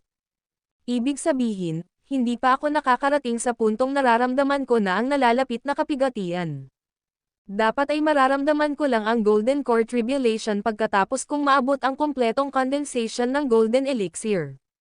Pero hindi na magtatagal. Kung iinuman ko rin ang creation pill na ibinigay sa akin ni Grayson Martin, kumuha pa si Yusuf Zok ng isa, iyon ang creation pill na ibinigay sa kanya ni Grayson Martin, na maaaring magpahintulot sa kanya na maramdaman ang Golden Core Tribulation. Hindi, masyado akong nagmamadali. Bukod pa riyan, mayroon akong mutation na may 9 na core. Pagdating ng panahon, isa-isa ba magbabago ang mga core bilang mga Golden Core, o lahat ng sabay-sabay? Kung isa-isa lang, baka maramdaman ko ang tribulation nitong creation pill, pero kung sabay-sabay lang, kahit 10 creation pills ay wala ring silbi, di ba? At saka, kung isa-isa lang naman, hindi ba't kailangan kong harapin ng 9 na beses ang 4 na 9 na kapigatian sa langit? Nang inig si Yusuf Zok sa naisip. Ang tamaan ng kidlat ng 36 na beses para sa isang kapigatian, magkano kaya iyon para sa 9? At bukod pa rito, patuloy na nag-isip si Yusuf Zok, kung bubuuan ko ng sama-sama ang mga Golden Core, mangangahulugan iyon ng mahigit 320 kidlat na tatama, hindi ba? Ang isang bug zone ng mahigit 300 ay kayang pumatay kahit ng mga immortal, hindi ba? Hindi ko magagamit itong creation pill, maaaring maging kapahamak ang isang aksidente. Kung sakaling mapatay ako ng tamaan, napakasama niyan. Hindi mo pa dapat kinakain yan, maghintay ka pa ng kaunti. Ang agarang gawain ngayon ay ang pag-activate ng mga blood beads, hindi ang patuloy na pagpapalawak ng aking kaharian. Agad na itinago ni Yusuf Zok ang creation pill at ipinikit din ang kanyang mga mata upang maingat na damhin ang kanyang sariling katawan. At nang ipipikit ni Yusuf Zok ang kanyang mga mata upang ipagpatuloy ang kanyang pangamoy, isang malinaw na boses ang umalangaw-ngaw sa kanyang tainga, "Pasensya na, nandito ba si Ginoong Bryson Campbell, ang Panginoon ng Chicken Mountain?" Biglang iminulat ni Yusuf Zok ang kanyang mga mata, pagkatapos ay mabilis na lumabas. Nagtakbuhan palabas ang lahat ng malalaking demonyo, at sinundan sila ni Grayson Martin papunta sa plaza sa itaas. Tumangala ang mga tao sa langit, kung saan naroon ang isang itim at puting immortal crane, at nakatayo sa ibabaw ng crane ang isang babae, nasa kalagitnaan ng kanyang 20 anyos, hindi gaanong maganda ngunit hindi rin naman pangit. May dala siyang sinaunang espada sa kanyang likod, nakabundle ang kanyang buhok, at simple lang ang kanyang mga damit, roba na gawa sa hemp at sapatos na tela. Isang guro, sabi ni Grayson Martin sa malalim na boses. Oo, isang maestro. Hindi natin matukoy ang kanyang partikular na antas ng cultivation, at ang aura ng Crane Demon na iyon ay mas malakas pa kaysa sa atin, sa palagay ko ay nasa nascent soul realm iyon, hindi ba? Sabi ng Black Geo King, habang nakangisi. Isang late-stage nascent soul Crane Demon. Tumanggaw si Grayson Martin. Anong problema? Pinaikit ni Yusuf Zok ang kanyang mga mata. Saan galing ang babaeng ito? Anong ginagawa niya rito? Mukha siyang sobrang eksperto. Ang dalaga, si Amora Meskipon, ay isang mensahero mula sa Saint Dragon Pavilion. Nakatayo ang babae sa ibabaw ng naka-skylift na immortal crane, at nang tumingin siya sa ibaba, isang maulap na kalawakan lamang ang kanyang nakita, hindi niya makita si Yusuf Zok at ang iba pa. Isang mensahero. Ano yun? Gulat na tanong ni Yusuf Zok. May sulat ang Pavilion Master para basahin ni Ginoong Campbell. Kumuha ang babae ng isang sulat at itinapon ito pababa, kung saan ito naglaho at natabunan ng ulap. Isang berdeng ilaw ang kumislap sa mga mata ni Yusuf Zok, at kasunod nito, inabot niya ang kanyang kamay at hinayla ang sulat. Naihatid na ang sulat. Papaalis na ako, sabi ng babae nang may bahagyang ngiti. Pagkatapos ng marahang pagyuko patungo sa bundok sa ibaba, sumigaw ang immortal crane at lumipad sa mataas na kalangitan, at agad na naglaho. Binuksan ni Yusuf Zok ang liham, na naglalaman lamang ng 2 linya, sa 9 na araw ng 9 na buwan, magbubukas ang Immortal Mansion. Inaanyayahan ko si Ginoong Bryson Campbell, ang amo ng Chicken Mountain, at ang hinalinhan ng Earth Immortal na sumama sa amin sa paggalugad sa Immortal Mansion, upang makibahagi sa mga sikreto ng kapalaran, at upang maghanap ng mga immortal na kayamanan, sa kagandahang loob ng Saint Dragon Pavilion Master na si Dax Blackwell. Tumaas ang kilay ni Yusuf Zok, Immortal Mansion. Mansyon ng mga walang kamatayan. Maaari kayang ito rin ang Immortal Mansion na nabanggit ni Grayson Martin dati. Yung pinanggalingan ng Spirit Jade. Kuya Grayson, tingnan mo ito, iniabot ni Yusuf Zok ang liham kay Grayson Martin. Sige, titingnan ko, nakangiting sabi ni Grayson Martin, tumanggo at mabilis na binasa ang laman ng sulat, tuklasin ang Immortal Mansion. Si Master Blackwell, pagkatapos magbasa, bumantong hininga siya ng malalim at mabilis na nagbago ang ekspresyon ng kanyang mukha. Anong problema? Tanong ni Yusuf Zok, na may pagkausyoso. Kung isa sa alang-alang ang tiyempo, ito nga ang taon para magbukas ang Immortal Mansion, bulong ni Grayson Martin, hindi ba nabanggit ko na noon na ang Spirit Jade ay sinasabing umiiral sa loob ng isang Immortal Mansion? Ito ang Immortal Mansion na iyon. May mga bali-balita sa kontinente ng Saint Dragon na mayroong isang sinaunang Immortal Mansion na dating tinitirhan ng isang Supreme Immortal, at ang mansyon na ito ay nagbubukas kada 60 taon. Kaya naman, ito ay naging isang lugar na inaasam-asam ng napakaraming magsasaka. Halos lahat ng magagaling at makapangyarihang karakter ay pupunta roon tuwing magbubukas ito. Sinasabing may lumabas na Immortal Sword at Music Score doon dati, at mula sa score na iyon, may nakapansin sa isang Ultimate Swordsmanship. Bukod pa rito, ang Immortal Mansion na iyon ay puno ng mga kayamanan ng immortalidad at doon nagmumula ang Spirit Jade. Gayunpaman, limitado ang mga pwesto para sa bawat pagbisita, at tanging ang Saint Dragon Pavilion lamang ang nakakaalam ng eksaktong lokasyon ng Immortal Mansion. Ito rin ang dahilan kung bakit ang lahat ng sekta sa buong mundo ay nasa ilalim ng jurisdiction ng Saint Dragon Pavilion. Kung hindi sasali ang sekta mo sa pavilion, wala kang pagkakataong bisitahin ang Immortal Mansion. Si Master Blackwell ang ikatlong Saint Dragon Pavilion Master, at dapat siyang maging isang supreme being sa mga unang yugto ng Tribulation Crossing. Ang kanyang personal na sulat ay malamang na isa ring napakahalagang kayamanan, hindi ba? Matagal nang hindi nagpapakita sa publiko ang lalaking ito. Kaya, Ano sa tingin mo? Pupunta ka ba? Parang gusto ka nilang alukan ng pabor, lalo na't nandito ang hinalinhan mo sa Earth Immortal. Natatawang sabi ni Grayson Martin. Ang video na ito ay edited by Urban Storytelling. Kabanata 717 Vera Rocha.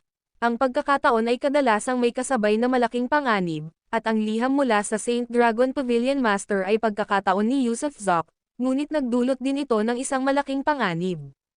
Sa totoo lang, hindi siya interesado sa Immortal Mansion dahil mayroon na siyang Immortal Sword, pero ang interesado niya ay ang Spirit Jade. Kung walang Spirit Jade sa Immortal Mansion, hindi siya mag-aalangan, at tiyak na hindi siya pupunta.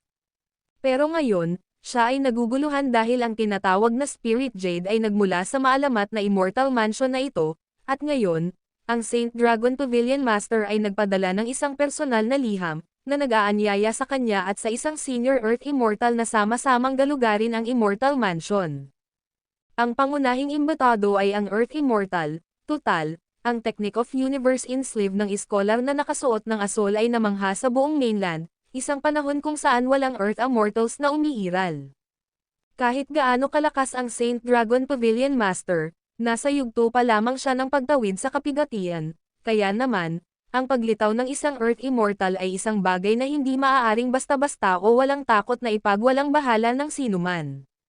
Sa pamamagitan ng pagpapakita ng mabuting kalooban sa Earth Immortal, hindi direktang ipinaabot din sa kanya ng Saint Dragon Pavilion Master ang imbitasyon.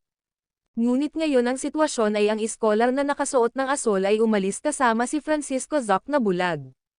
Sa makatuwid, si Yusuf Zok ay labis na naguguluhan. Pinag-iisipan mo ba kung sasama ka o hindi? Gulat na tanong ni Grayson Martin, ipinapayo ko sa iyo na tanungin ang Senior Earth Immortal. Dahil kahit isa kang Earth Immortal, maaaring wala kang mga mahiwagang kayamanan ng pamilya, kaya walang sino man ang hindi mag-aatubiling bumisita sa Immortal Mansion. Hindi siya sasama dahil nasa kanya ang Immortal Sword at nasa isang nakasarang kulungan, na hindi niya basta-basta iiwan, umiling si Yusuf Zok. Kumusta ka naman? Pupunta ka ba? Tanong ni Grayson Martin. Sasama ako, biglang bumantong hininga si Yusuf Zok, walang naghihintay na pagkakataon, at kung palalampasan niya ang pagkakataong ito, wala na siyang alam na ibang paraan para palakasin ang sarili. Kung sa loob ng mahigit 2 taon, hindi pa rin niya na-unlock ang Blood Beads, at kahit umabot pa ang kanyang cultivation level sa Nascent Soul Realm, malamang hindi niya may iligtas si Liang, di ba? Bukod dito, ang pagpunta niya sa Saint Dragon Pavilion ay maaaring magbigay sa kanya ng pagkakataong makita si Liang o iligtas ito. Isa itong magandang pagkakataon, isang magandang pagkakataon. May 2 pwesto. Paano kung sumama ako sa iyo? Kumislap ang mga mata ni Grayson Martin.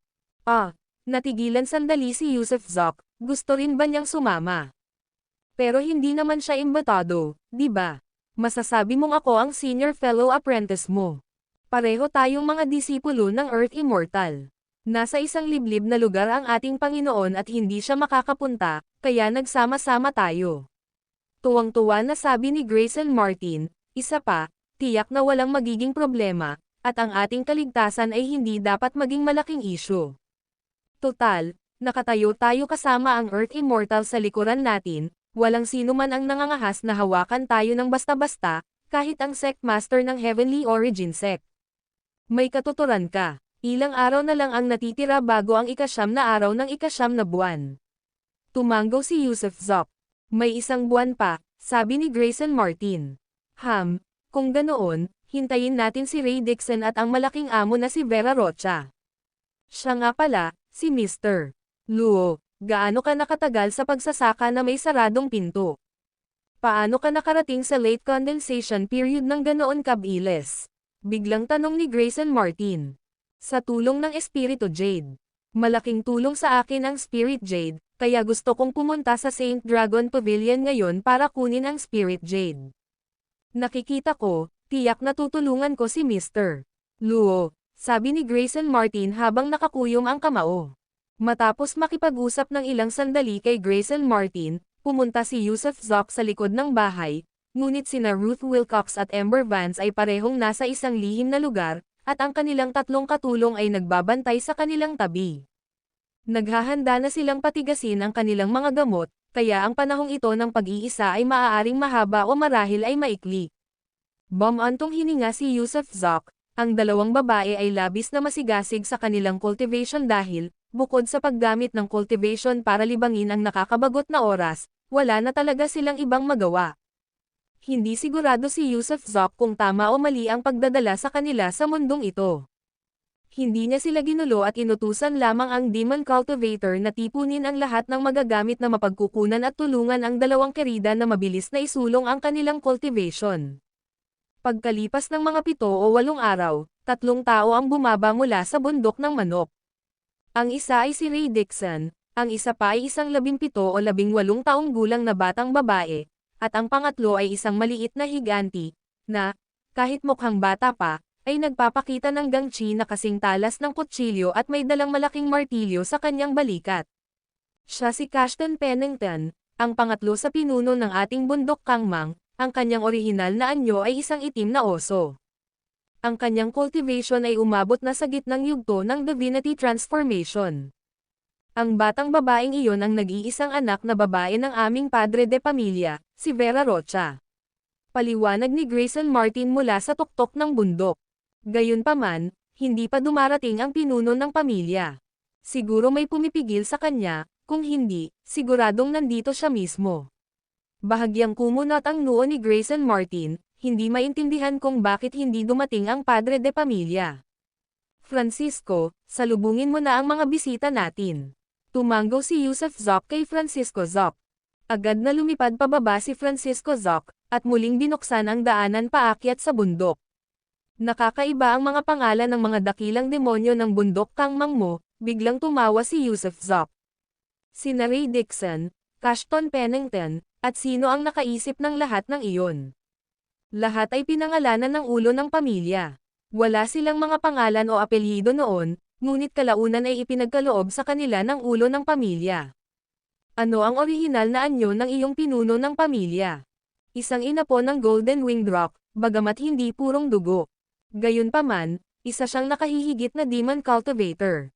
Ephraim Rocha. Ibig sabihin ba nito ay kaya niyang ibuka ang kanyang mga pakpak at lumipad ng 70,000 liga? Napatikip si Yusuf Zak sa kanyang mga labi. Hindi naman, umiling si Grayson Martin at tumawa. Ayon sa mga sinaunang alamat, ang haba ng mga pakpak ng ninuno ng Golden Winged Rock ay 70,000 liga. Agad na nalitaw si Yusuf Zak. Umakyat sina Ray Dixon at Cashton Pennington, kasama ang batang babaeng nagngangalang Vera Rocha. Inaasahan na ni Yusuf Zak ang isang matandang babae dahil malapit na itong mamatay, ngunit medyo natigilan siya nang makita ang batang babae. Mukhang siya ay 17 o 18 taong gulang na may cultivation level ng Golden Core. Bukod dito, matapos i-scan ang kanyang katawan, natuklasan ni Yusuf Zak na birhen pa rin ito, hindi kailanman nag-asawa. Gayunpaman, mayroong kakaibang pakiramdam ng kamatayan at takip silim na chi sa itaas ng ulo ng babae. Gayun din, hindi matukoy ni Yusuf Zak kung siya ay tao o demonyo.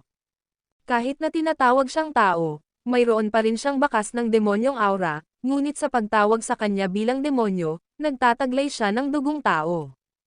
Cashton Pennington ng bundok kangmang, handang maglingkod sa iyo, G.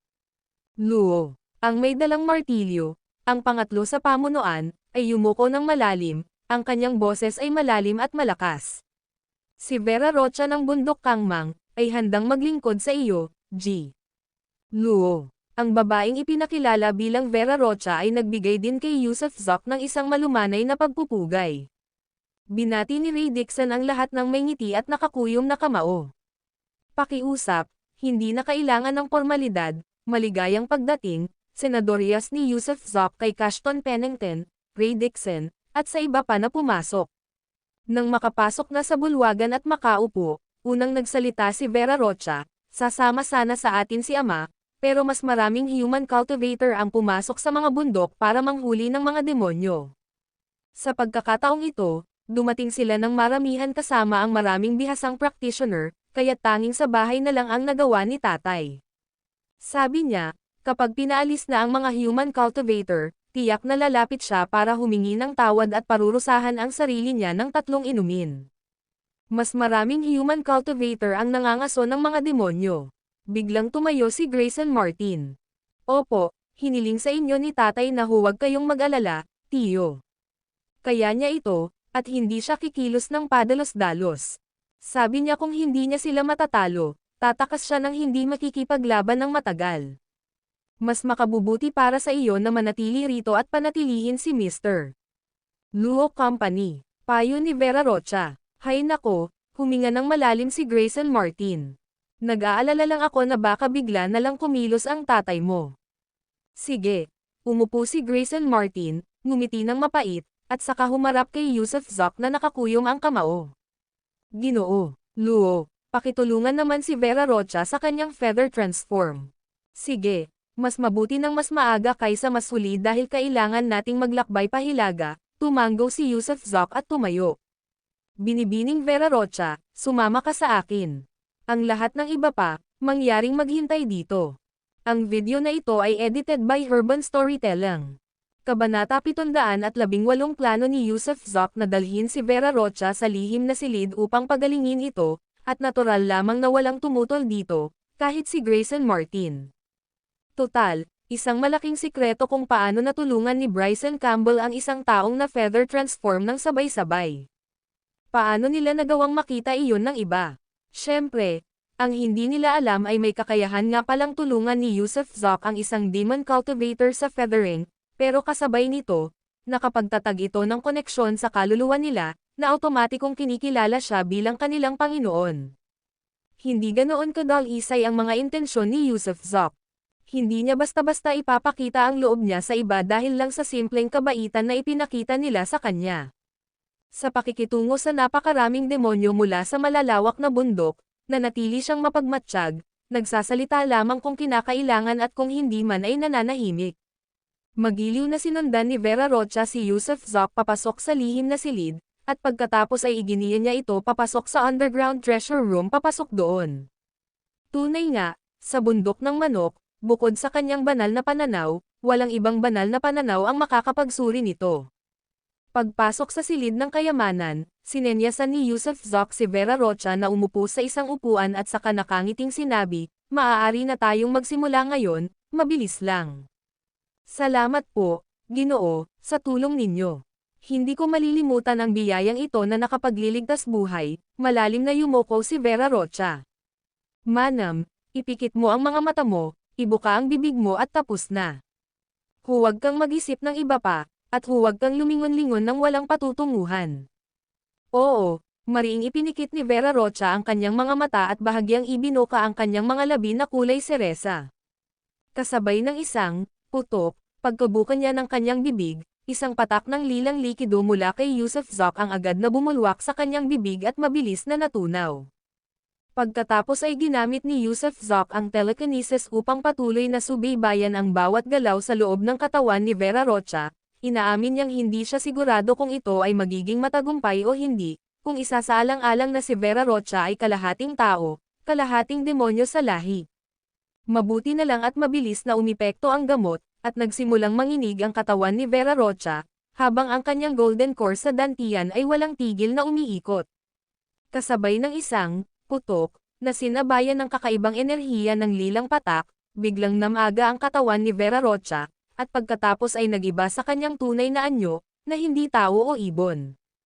Tunay nga, bilang supling ng tao at demonyo, noong nasa tunay na anyo na siya, para na siyang isang halimaw ngayon, ang kanyang mga braso ay automatikong nagiging pakpak, ang kanyang katawan ay tinutubuan ng balahibo, at walang humpay na mahinang ungol. Bahagyang ipinikit ni Yusuf Zoc ang kanyang mga mata, pagkatapos ay bigla itong iminulat, may bakas ng ngiti sa kanyang mga labi. Gumana ito. Ang mga supling ng tao at demonyo ay kinokontrol din ng lilang likido, at maaari ring maging mga lingkod ng espiritu. Humiga si Vera Rocha sa lupa, iniluwa ang golden core, na sumabog din at pumasok sa feathering realm, na naging dahilan para siya ay maging isang nilalang na hindi tao o demonyo, kundi isang hybrid ng pareho.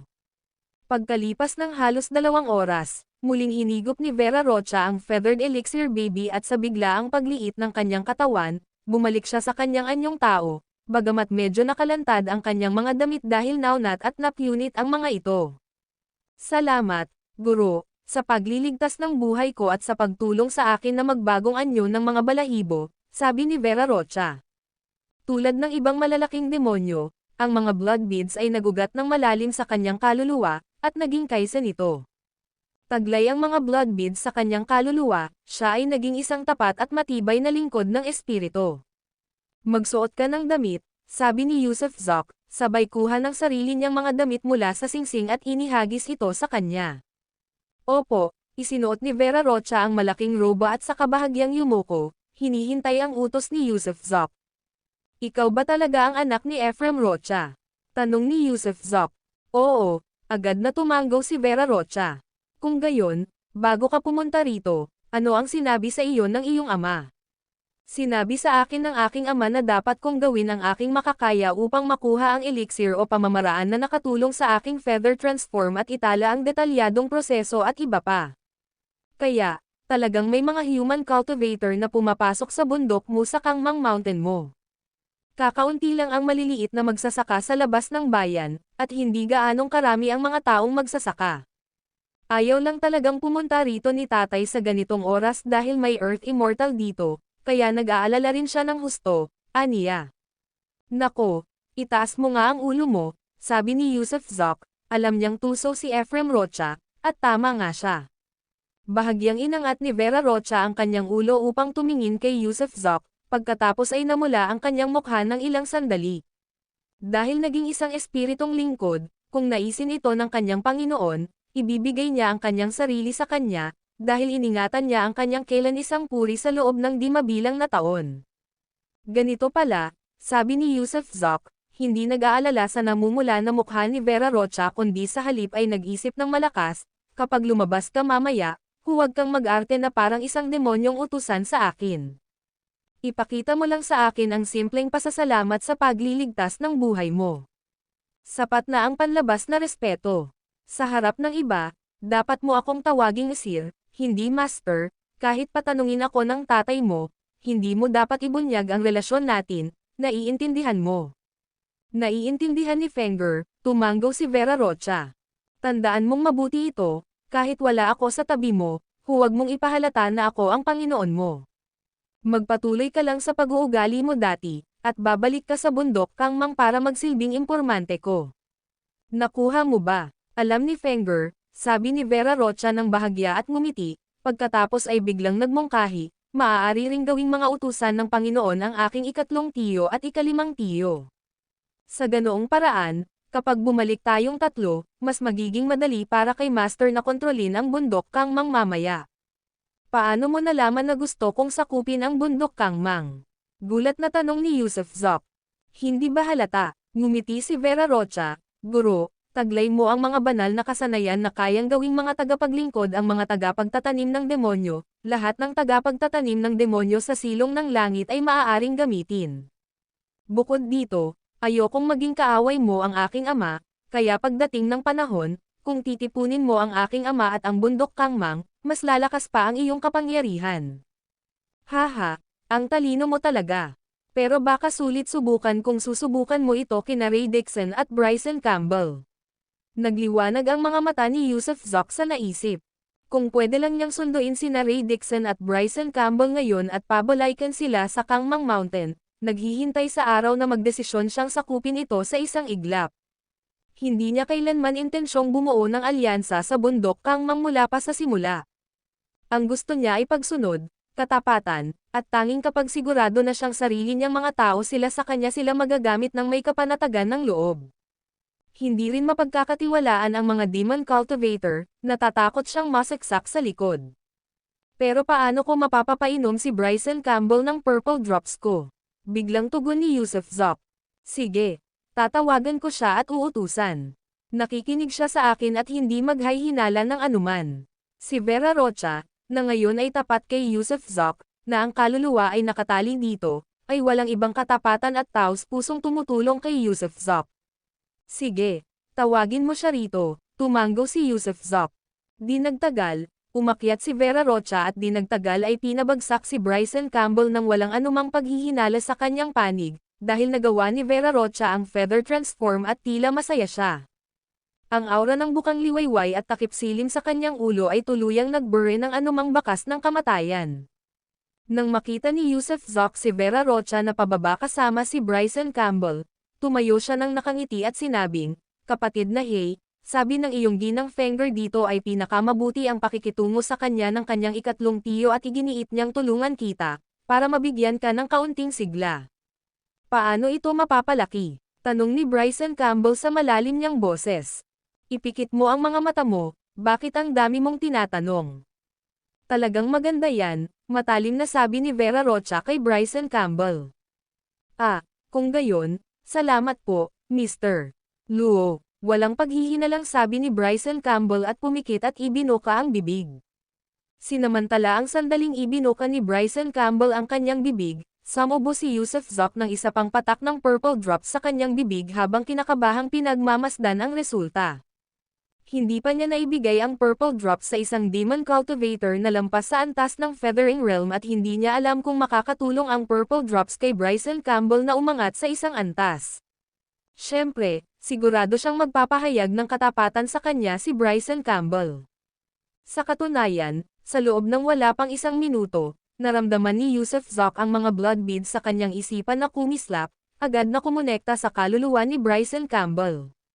Gayunpaman, nang tingnan si Bryson Campbell, umaapaw ang itim na dugo sa kanyang katawan, ngunit walang ibang senyales ng aktibidad, walang indikasyon ng pagsulong. Ang video na ito ay edited by Urban Storytelling. Kabanata 719 ang pagbagsak at muling pagtatayo ni Tyler Nash.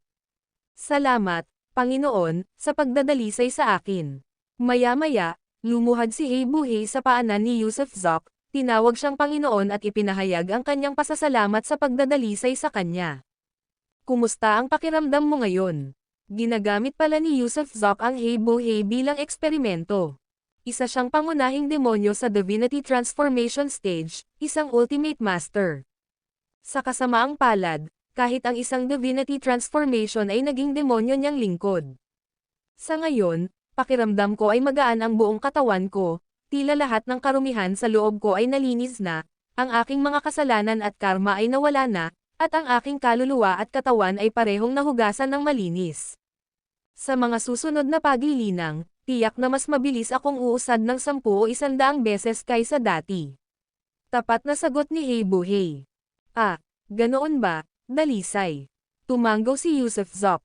Hindi niya tinulungan si Hey Buhay na umangat sa ranggo, ngunit nilinis niya ang kanyang katawan at kaluluwa, katulad ng paglilinis ng kanyang utak at pagpapalakas ng kanyang pangangatawan, pagpapahusay ng kanyang mga kwalifikasyon para sa cultivation, at maging ang paghuhugas ng kanyang mga nakaraang kasalanan at karma. Siyempre, ang paglilinis ng mga kasalanan at karma ay malamang na impresyon niya lamang. "Fenger, sabihin mo sa kanya kung ano ang susunod na gagawin." Hindi na nagtanong pa si Yusuf Zoc ngunit hinayaan niya si Vera Rocha na turuan si Hey Buhay kung ano ang susunod niyang gagawin, kasama na ang kung ano ang gagawin pagkatapos bumalik sa walang katapusang mga bundok. "Oo, naiintindihan ng munting katulong," tumanggaw si Hey Buhay. "Kung gayon, tawagan mo si Tio 5, sabihin mo sa kanya si Mr. May pakinabang si Luo para sa kanya, tulad ng natanggap mo," patuloy ni Vera Rocha. Kuwit. Pagkalipas ng isang oras, si Ray Dixon ay naging isang demonyong tagapaglingkod din. Hindi siya tumaas ang ranggo, ngunit ang kanyang katawan ay dinalisay din. Matapos makuha ng 2 demonyong tagapagtatanim na may magkaibang antas ng cultivation ang Purple Droplet, mas naunawaan ito ni Yusuf Zoc. Ang Purple Droplet ay maaaring makatulong sa mga lesser demons na patatagin ang kanilang mga tableta, tulungan ang mga Golden Cores na makamit ang Feather Transform, ngunit hindi nito matutulungan ang mga tao na umakyat sa ranggo bago maabot ang Feathering Realm. Gayun din, ang Purple Droplet ay hindi maaaring gamitin sa pangalawang pagkakataon sa isang Demon Cultivator, wala itong naging malaking epekto sa pangalawang paggamit. Hindi ko pa ito nasusubukan sa isang Condensing Pill Monster Cultivator. Iniisip ko, kung kukunin ba ng isang Condensing Pill Monster Cultivator ang aking Purple Droplet, makakamit ba nila ang isang Golden Core? Bagamat ang 3 babae ay mga Condensing Pill Monster Cultivator, tinulungan niya sila sa pagpapatigas ng kanilang mga tableta, kaya ang paggamit ng purple droplet sa pangalawang pagkakataon ay walang epekto. Kaya naman, hindi pa siya nagkakaroon ng pagkakataong mag-eksperimento sa iba pang condensing pill monster cultivators. Mukhang dapat akong humanap ng pagkakataon para subukan iyan sa hinaharap. Naisip ni Yusuf Zok. Walang hinala si Grayson Martin. Ang balita ng pagkamatay ni Fenger at ang aktwal na pag-akyat nito sa Feathering Realm ay nag-iwan sa kanya ng labis na kagalakan, at sina Hei Buhey at Ray Dixon ay tila nakinabang mula kay Bryson Campbell, na nagbigay ng kakaibang aura sa kanilang presensya. Tila walang mali, at hindi niya iniugnay ang pagtrato kay Yusuf Zok sa palihim na pagsakop sa tatlong dakilang demonyong ito. Kuya Zhang, Miss Fang, mayroon akong isang bastos na kahilingan. Pagkatapos ng paggalang sa bulwagan, ikinuyom niya ang kanyang mga kamao kina Grayson Martin at Vera Rocha. Walang anuman yan, Ginoo. Magsalita ka naman ng malaya. Magalang na sabi ni Vera Rocha. Malapit na akong umalis pa Hilaga, pero nag-aalala ako tungkol sa bundok ng manok. Kaya, pwede mo bang hayaan si Brother Hay na manatili sa Chicken Mountain para mag-alaga ng mga bagay-bagay? Hinarap ni Yusuf Zok sina Grayson Martin at Vera Rocha. Ito, sumulyap si Grayson Martin kay Vera Rocha. Walang problema, Ginoo. Iniligtas mo ang buhay ni Fenger, hindi malaking bagay ang pabor na ito. At dahil natanggap din ni Tio Tatlo ang mga benepisyo mo, naniniwala akong papayag din siya, di ba? Tumingin si Vera Rocha kay Hei Buhey. Hey, pareho lang naman sa akin, susundin ko ang utos ng binibini, nakangiting sabi ni Hei Buhey. Kung gayon ay naayos na.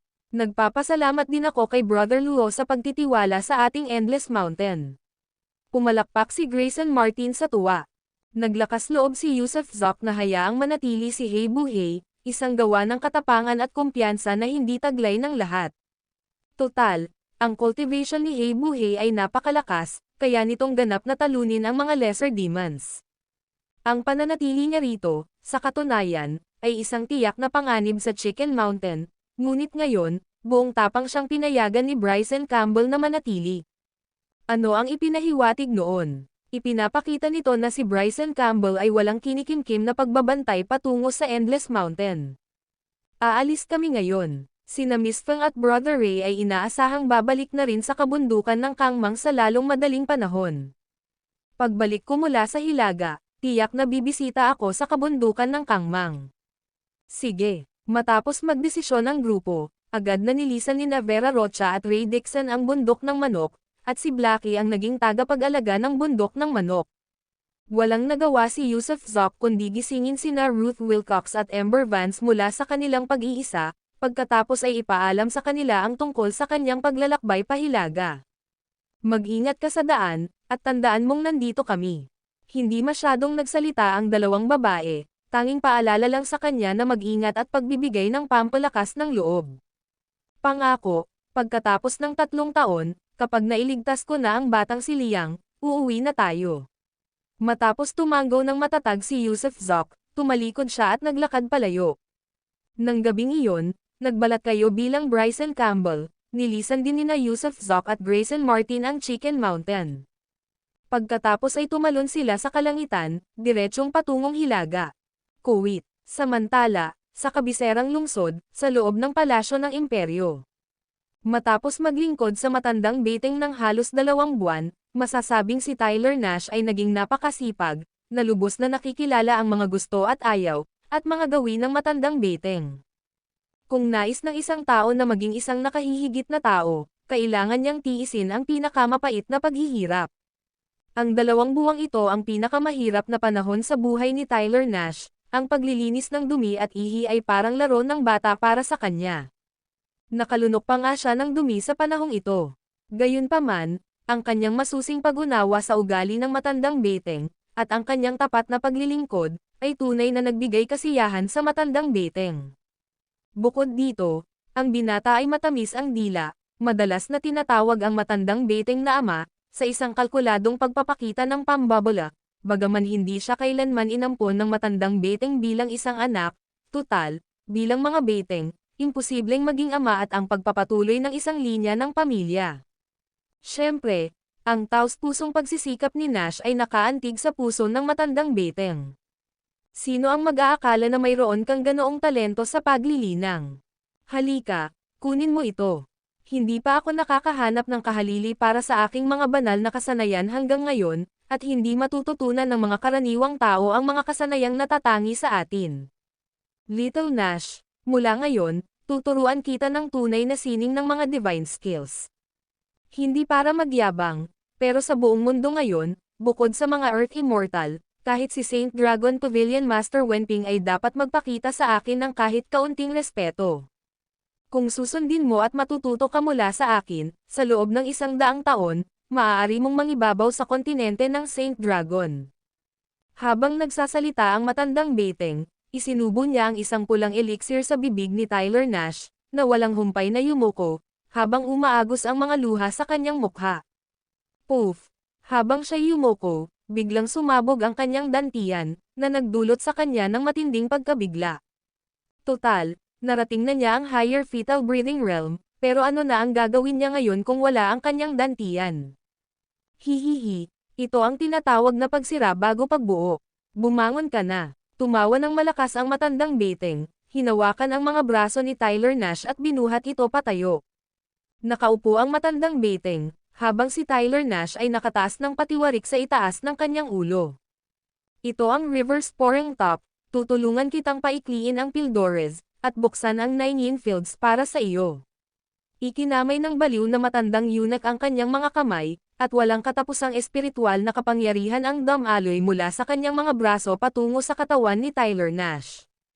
Nagsalpukan ang kanilang mga hininga na parang may 4 na cable ng kuryente na konektado, at ang katawan ni Nash ay pumutok kasabay ng mga pagsabog.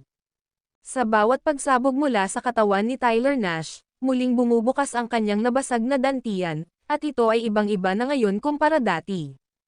Ang dating dantian ay may mga aspeto ng yin at yang, bagaman kulang ito sa ilang bahagi, ang binagong dantian ay mayroon pa ring yin at yang. Ngunit ngayon, nawala na ang aspetong yang ng kanyang dantian, tanging yin na lamang ang ipinapakita. Bukod pa rito, isang hugis tao na tableta ang nabuo sa kanyang dantian. Ang tabletang ito ay ibang-iba, dahil ito ay itim, nakapagpapaalaala sa isang black hole, patuloy na lumalawak at lumiliit, na para bang sinusubukan nitong lunukan ang lahat. Naramdaman ni Tyler Nash na nababalot ng yelo ang kanyang katawan, napansin ang kakaibang lamig na bumabalot sa kanya, at napagtanto na ang kanyang hininga ay naging katulad na ng sa matandang Beteng. Ang video na ito ay edited by Urban Storytelling. Kabanata 720 na kumbinsi. Salamat, Guro. Sa Grand Hall ng UNEC, nagpakita si Tyler Nash ng isang nakakakilabot na aura matapos matagumpay na mabuo ang kanyang solidifying peel. Tuwang-tuwa siya, dahil hindi niya inaasahan na mabilis niyang matitigas ang kanyang tableta at mapabilang sa hanay ng mga tunay na cultivator. Hay nako, ito na ang gantimpala mo.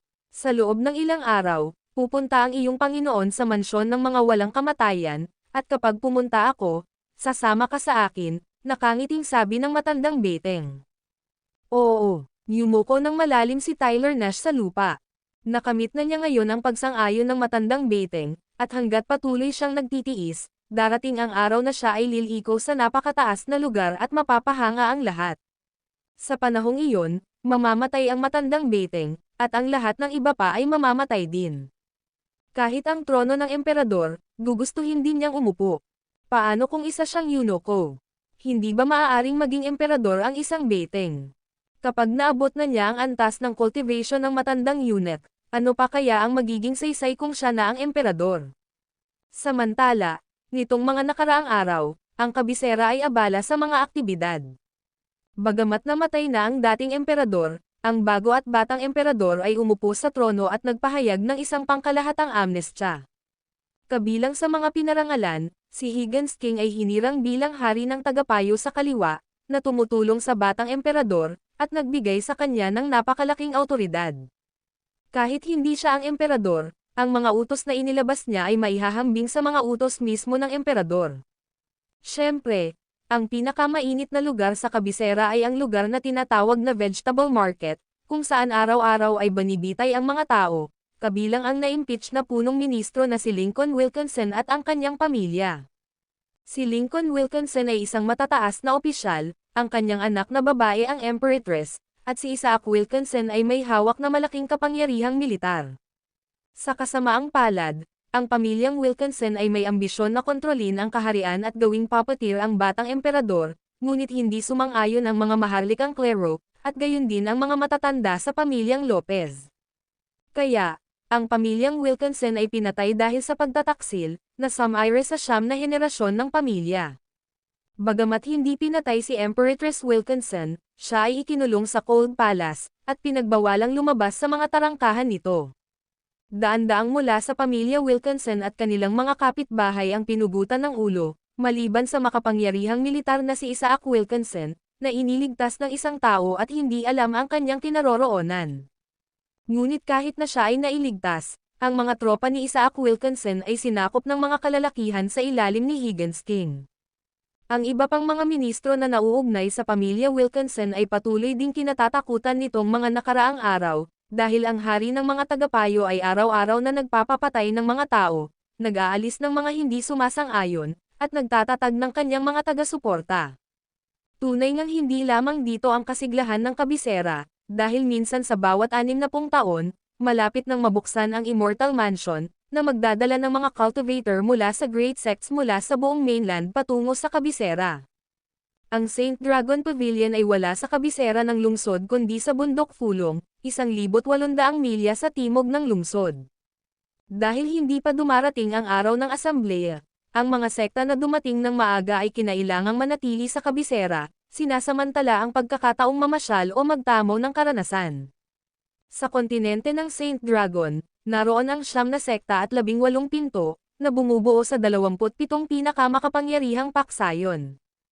Ang 9 na sekta ay tumutukoy sa mga napakalaking sekta, at ang 18 pintuan ay ang mga primera klaseng sekta. Ang Exploration Mansion event na ginaganap minsan kada 60 taon ay isang mahalagang kaganapan para sa 9 sects at 18 doors. Bukod sa kanila, mayroon ding iba't ibang sikat na individual, tulad ng mga nag-iisang pag-alagala na walang sekta, at maging ang ilang hindi gaanong kilalang sekta ay nakatanggap ng kaukulang imbitasyon na lumahok. Dahil nalalapit na ang pagbubukas ng Immortal Mansion, nagtipon ang mga magsasaka mula sa lahat ng sulok ng kontinente, malaki man o maliit. Kahit hindi sila sasali sa Exploration Mansion, sulit pa rin ang karanasan sa pagpunta sa capital city.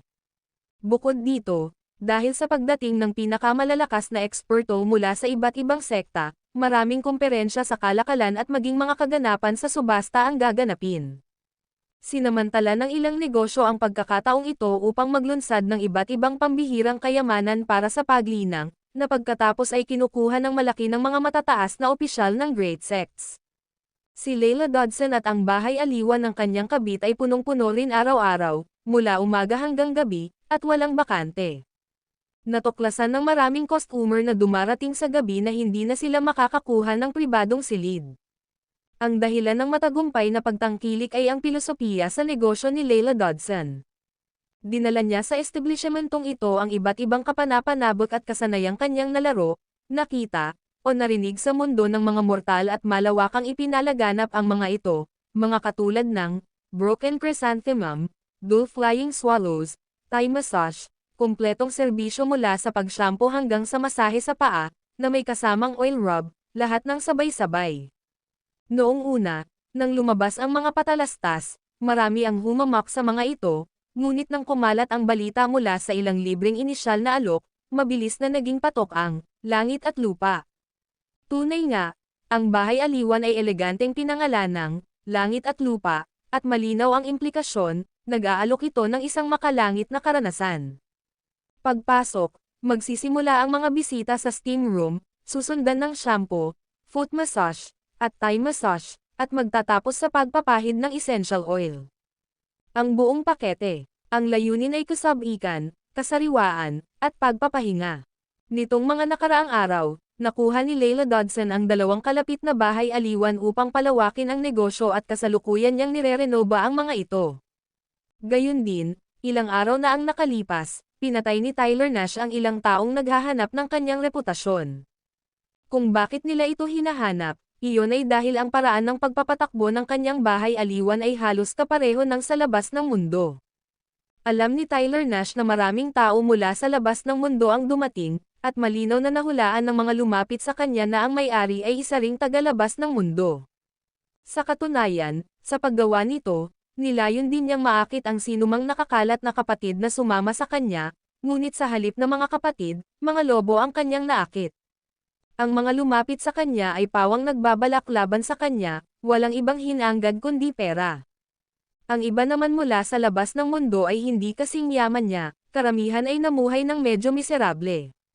Noong unang nagsimula si Tyler Nash, natural lang na babatiin niya sila ng may ngiti, ngunit kasunod ng mga ngiti ay ang magulong mga hiwa ng kutsilyo ng isang katulong. Para mabuhay sa capital city, bukod sa pagkakaroon ng ilang koneksyon, syempre kailangan ding makahanap ni Tyler Nash ng ilang matitigas na lalaking magbabantay. Bagamat hindi siya makahanap ng mga enforcer sa antas ng solidifying peel, maaari naman niyang kunin ang mga iyon sa antas ng higher fetal breathing realm, kaya ilan sa kanila ang nasa ilalim ng kanyang pamumuno. Boss, may isang babae, isang pulubi na si Layla Dodson, na ilang araw nang palaboy-laboy sa bahay aliwan, hindi siya humihingi ng pagkain o pera, pero pakiramdam ko ay minamasdan niya ang bahay aliwan natin. Madilim na. Kumakain si Tyler Nash nang may dumating na lalaking mukhang tindero. Ang tinderang ito ay taga-tavern sa kabilang kalye. Tuso si Tyler Nash, palihim niyang sinakop ang tavern sa kabilang kalye, isang katotohanang iilan lamang ang nakakaalam. Naghukay din siya ng mga tunaw na nagdurugtong sa bahay aliwan at tavern, bilang pag-iingat. Maging, pulubi Layla. Isang babae. Tumaas ang kilay ni Tyler Nash. Ano ang antas ng kanyang cultivation? Late stage postnatal. Sa tuwing kinakausap ng tindero si Tyler Nash, halos hindi niya mapigilan ang pagtawa, dahil medyo grabe ang pagkautaw ng amo. Tawagin mo ang ilang lalaki, at sunduin mo siya para sa akin. Pero hinaan mo lang, sabi ni Tyler Nash habang pinupunasan ang mukha niya gamit ang tuwalya. Matapos utusan ang mga beteng na kunin ang pagkain, nagsimula siyang makipaglaro sa kanyang ibon. Sa ngayon ay tunay siyang namumuhay sa karangyan, lahat ng kanyang kapritsyo ay natutugunan, hindi na siya basta tao lamang, isa na siyang Diyos. Mga 10 minuto lamang ang lumipas bago tumalon papasok sa looban ang 2 beteng na may dalang malaking sako. Ito ang bakuran sa gilid, kasalukuyang nire-renovo pa, at ito ay liblib, hindi tulad ng mga mataong pangunahing lugar. Boss, ang ganda naman ng pagkakagawa. Sinasadya niyang dungisan ang mukha niya. Kung may dibdib at hitsura siya, pagdating sa bahay aliwan, hindi magtatagal at magiging pinakamahusay siyang courtesan, natatawang sabi ng isa sa mga beteng. Para, galingan mo ako. Siya, isa na siyang pulubi, Layla Dodson, hindi ka ba pwedeng mag-ipon ng kahit kaunting birtod? Sinipal ni Tyler Nash ang eunuch, pagkatapos ay tumahol, buksan mo to. Gusto kong makita, kung gwapo siya, ako muna ang mag-e-enjoy sa kanya. Hindi makapagsalita ang beteng, kinalas ang sako. Hindi talaga mabuting tao ang amo nila, palaging nagpapanggap na isang mabuting ginoo. Mula sa loob ng sako, itinulak ng babae palabas ang kanyang ulo, habang hingal na hingal. Gayunpaman, masyadong mahaba ang kanyang buhok, at hindi makita ni Tyler Nash ang kanyang mukha. Anong tinitingnan mo? Gusto mo nang mamatay? May mukha ako, sige, mag-enjoy ka, bakit hindi ka? Napabuntong hininga ang babae at biglang inangat ang ulo, sabay hawi ng buhok niya sa balikat.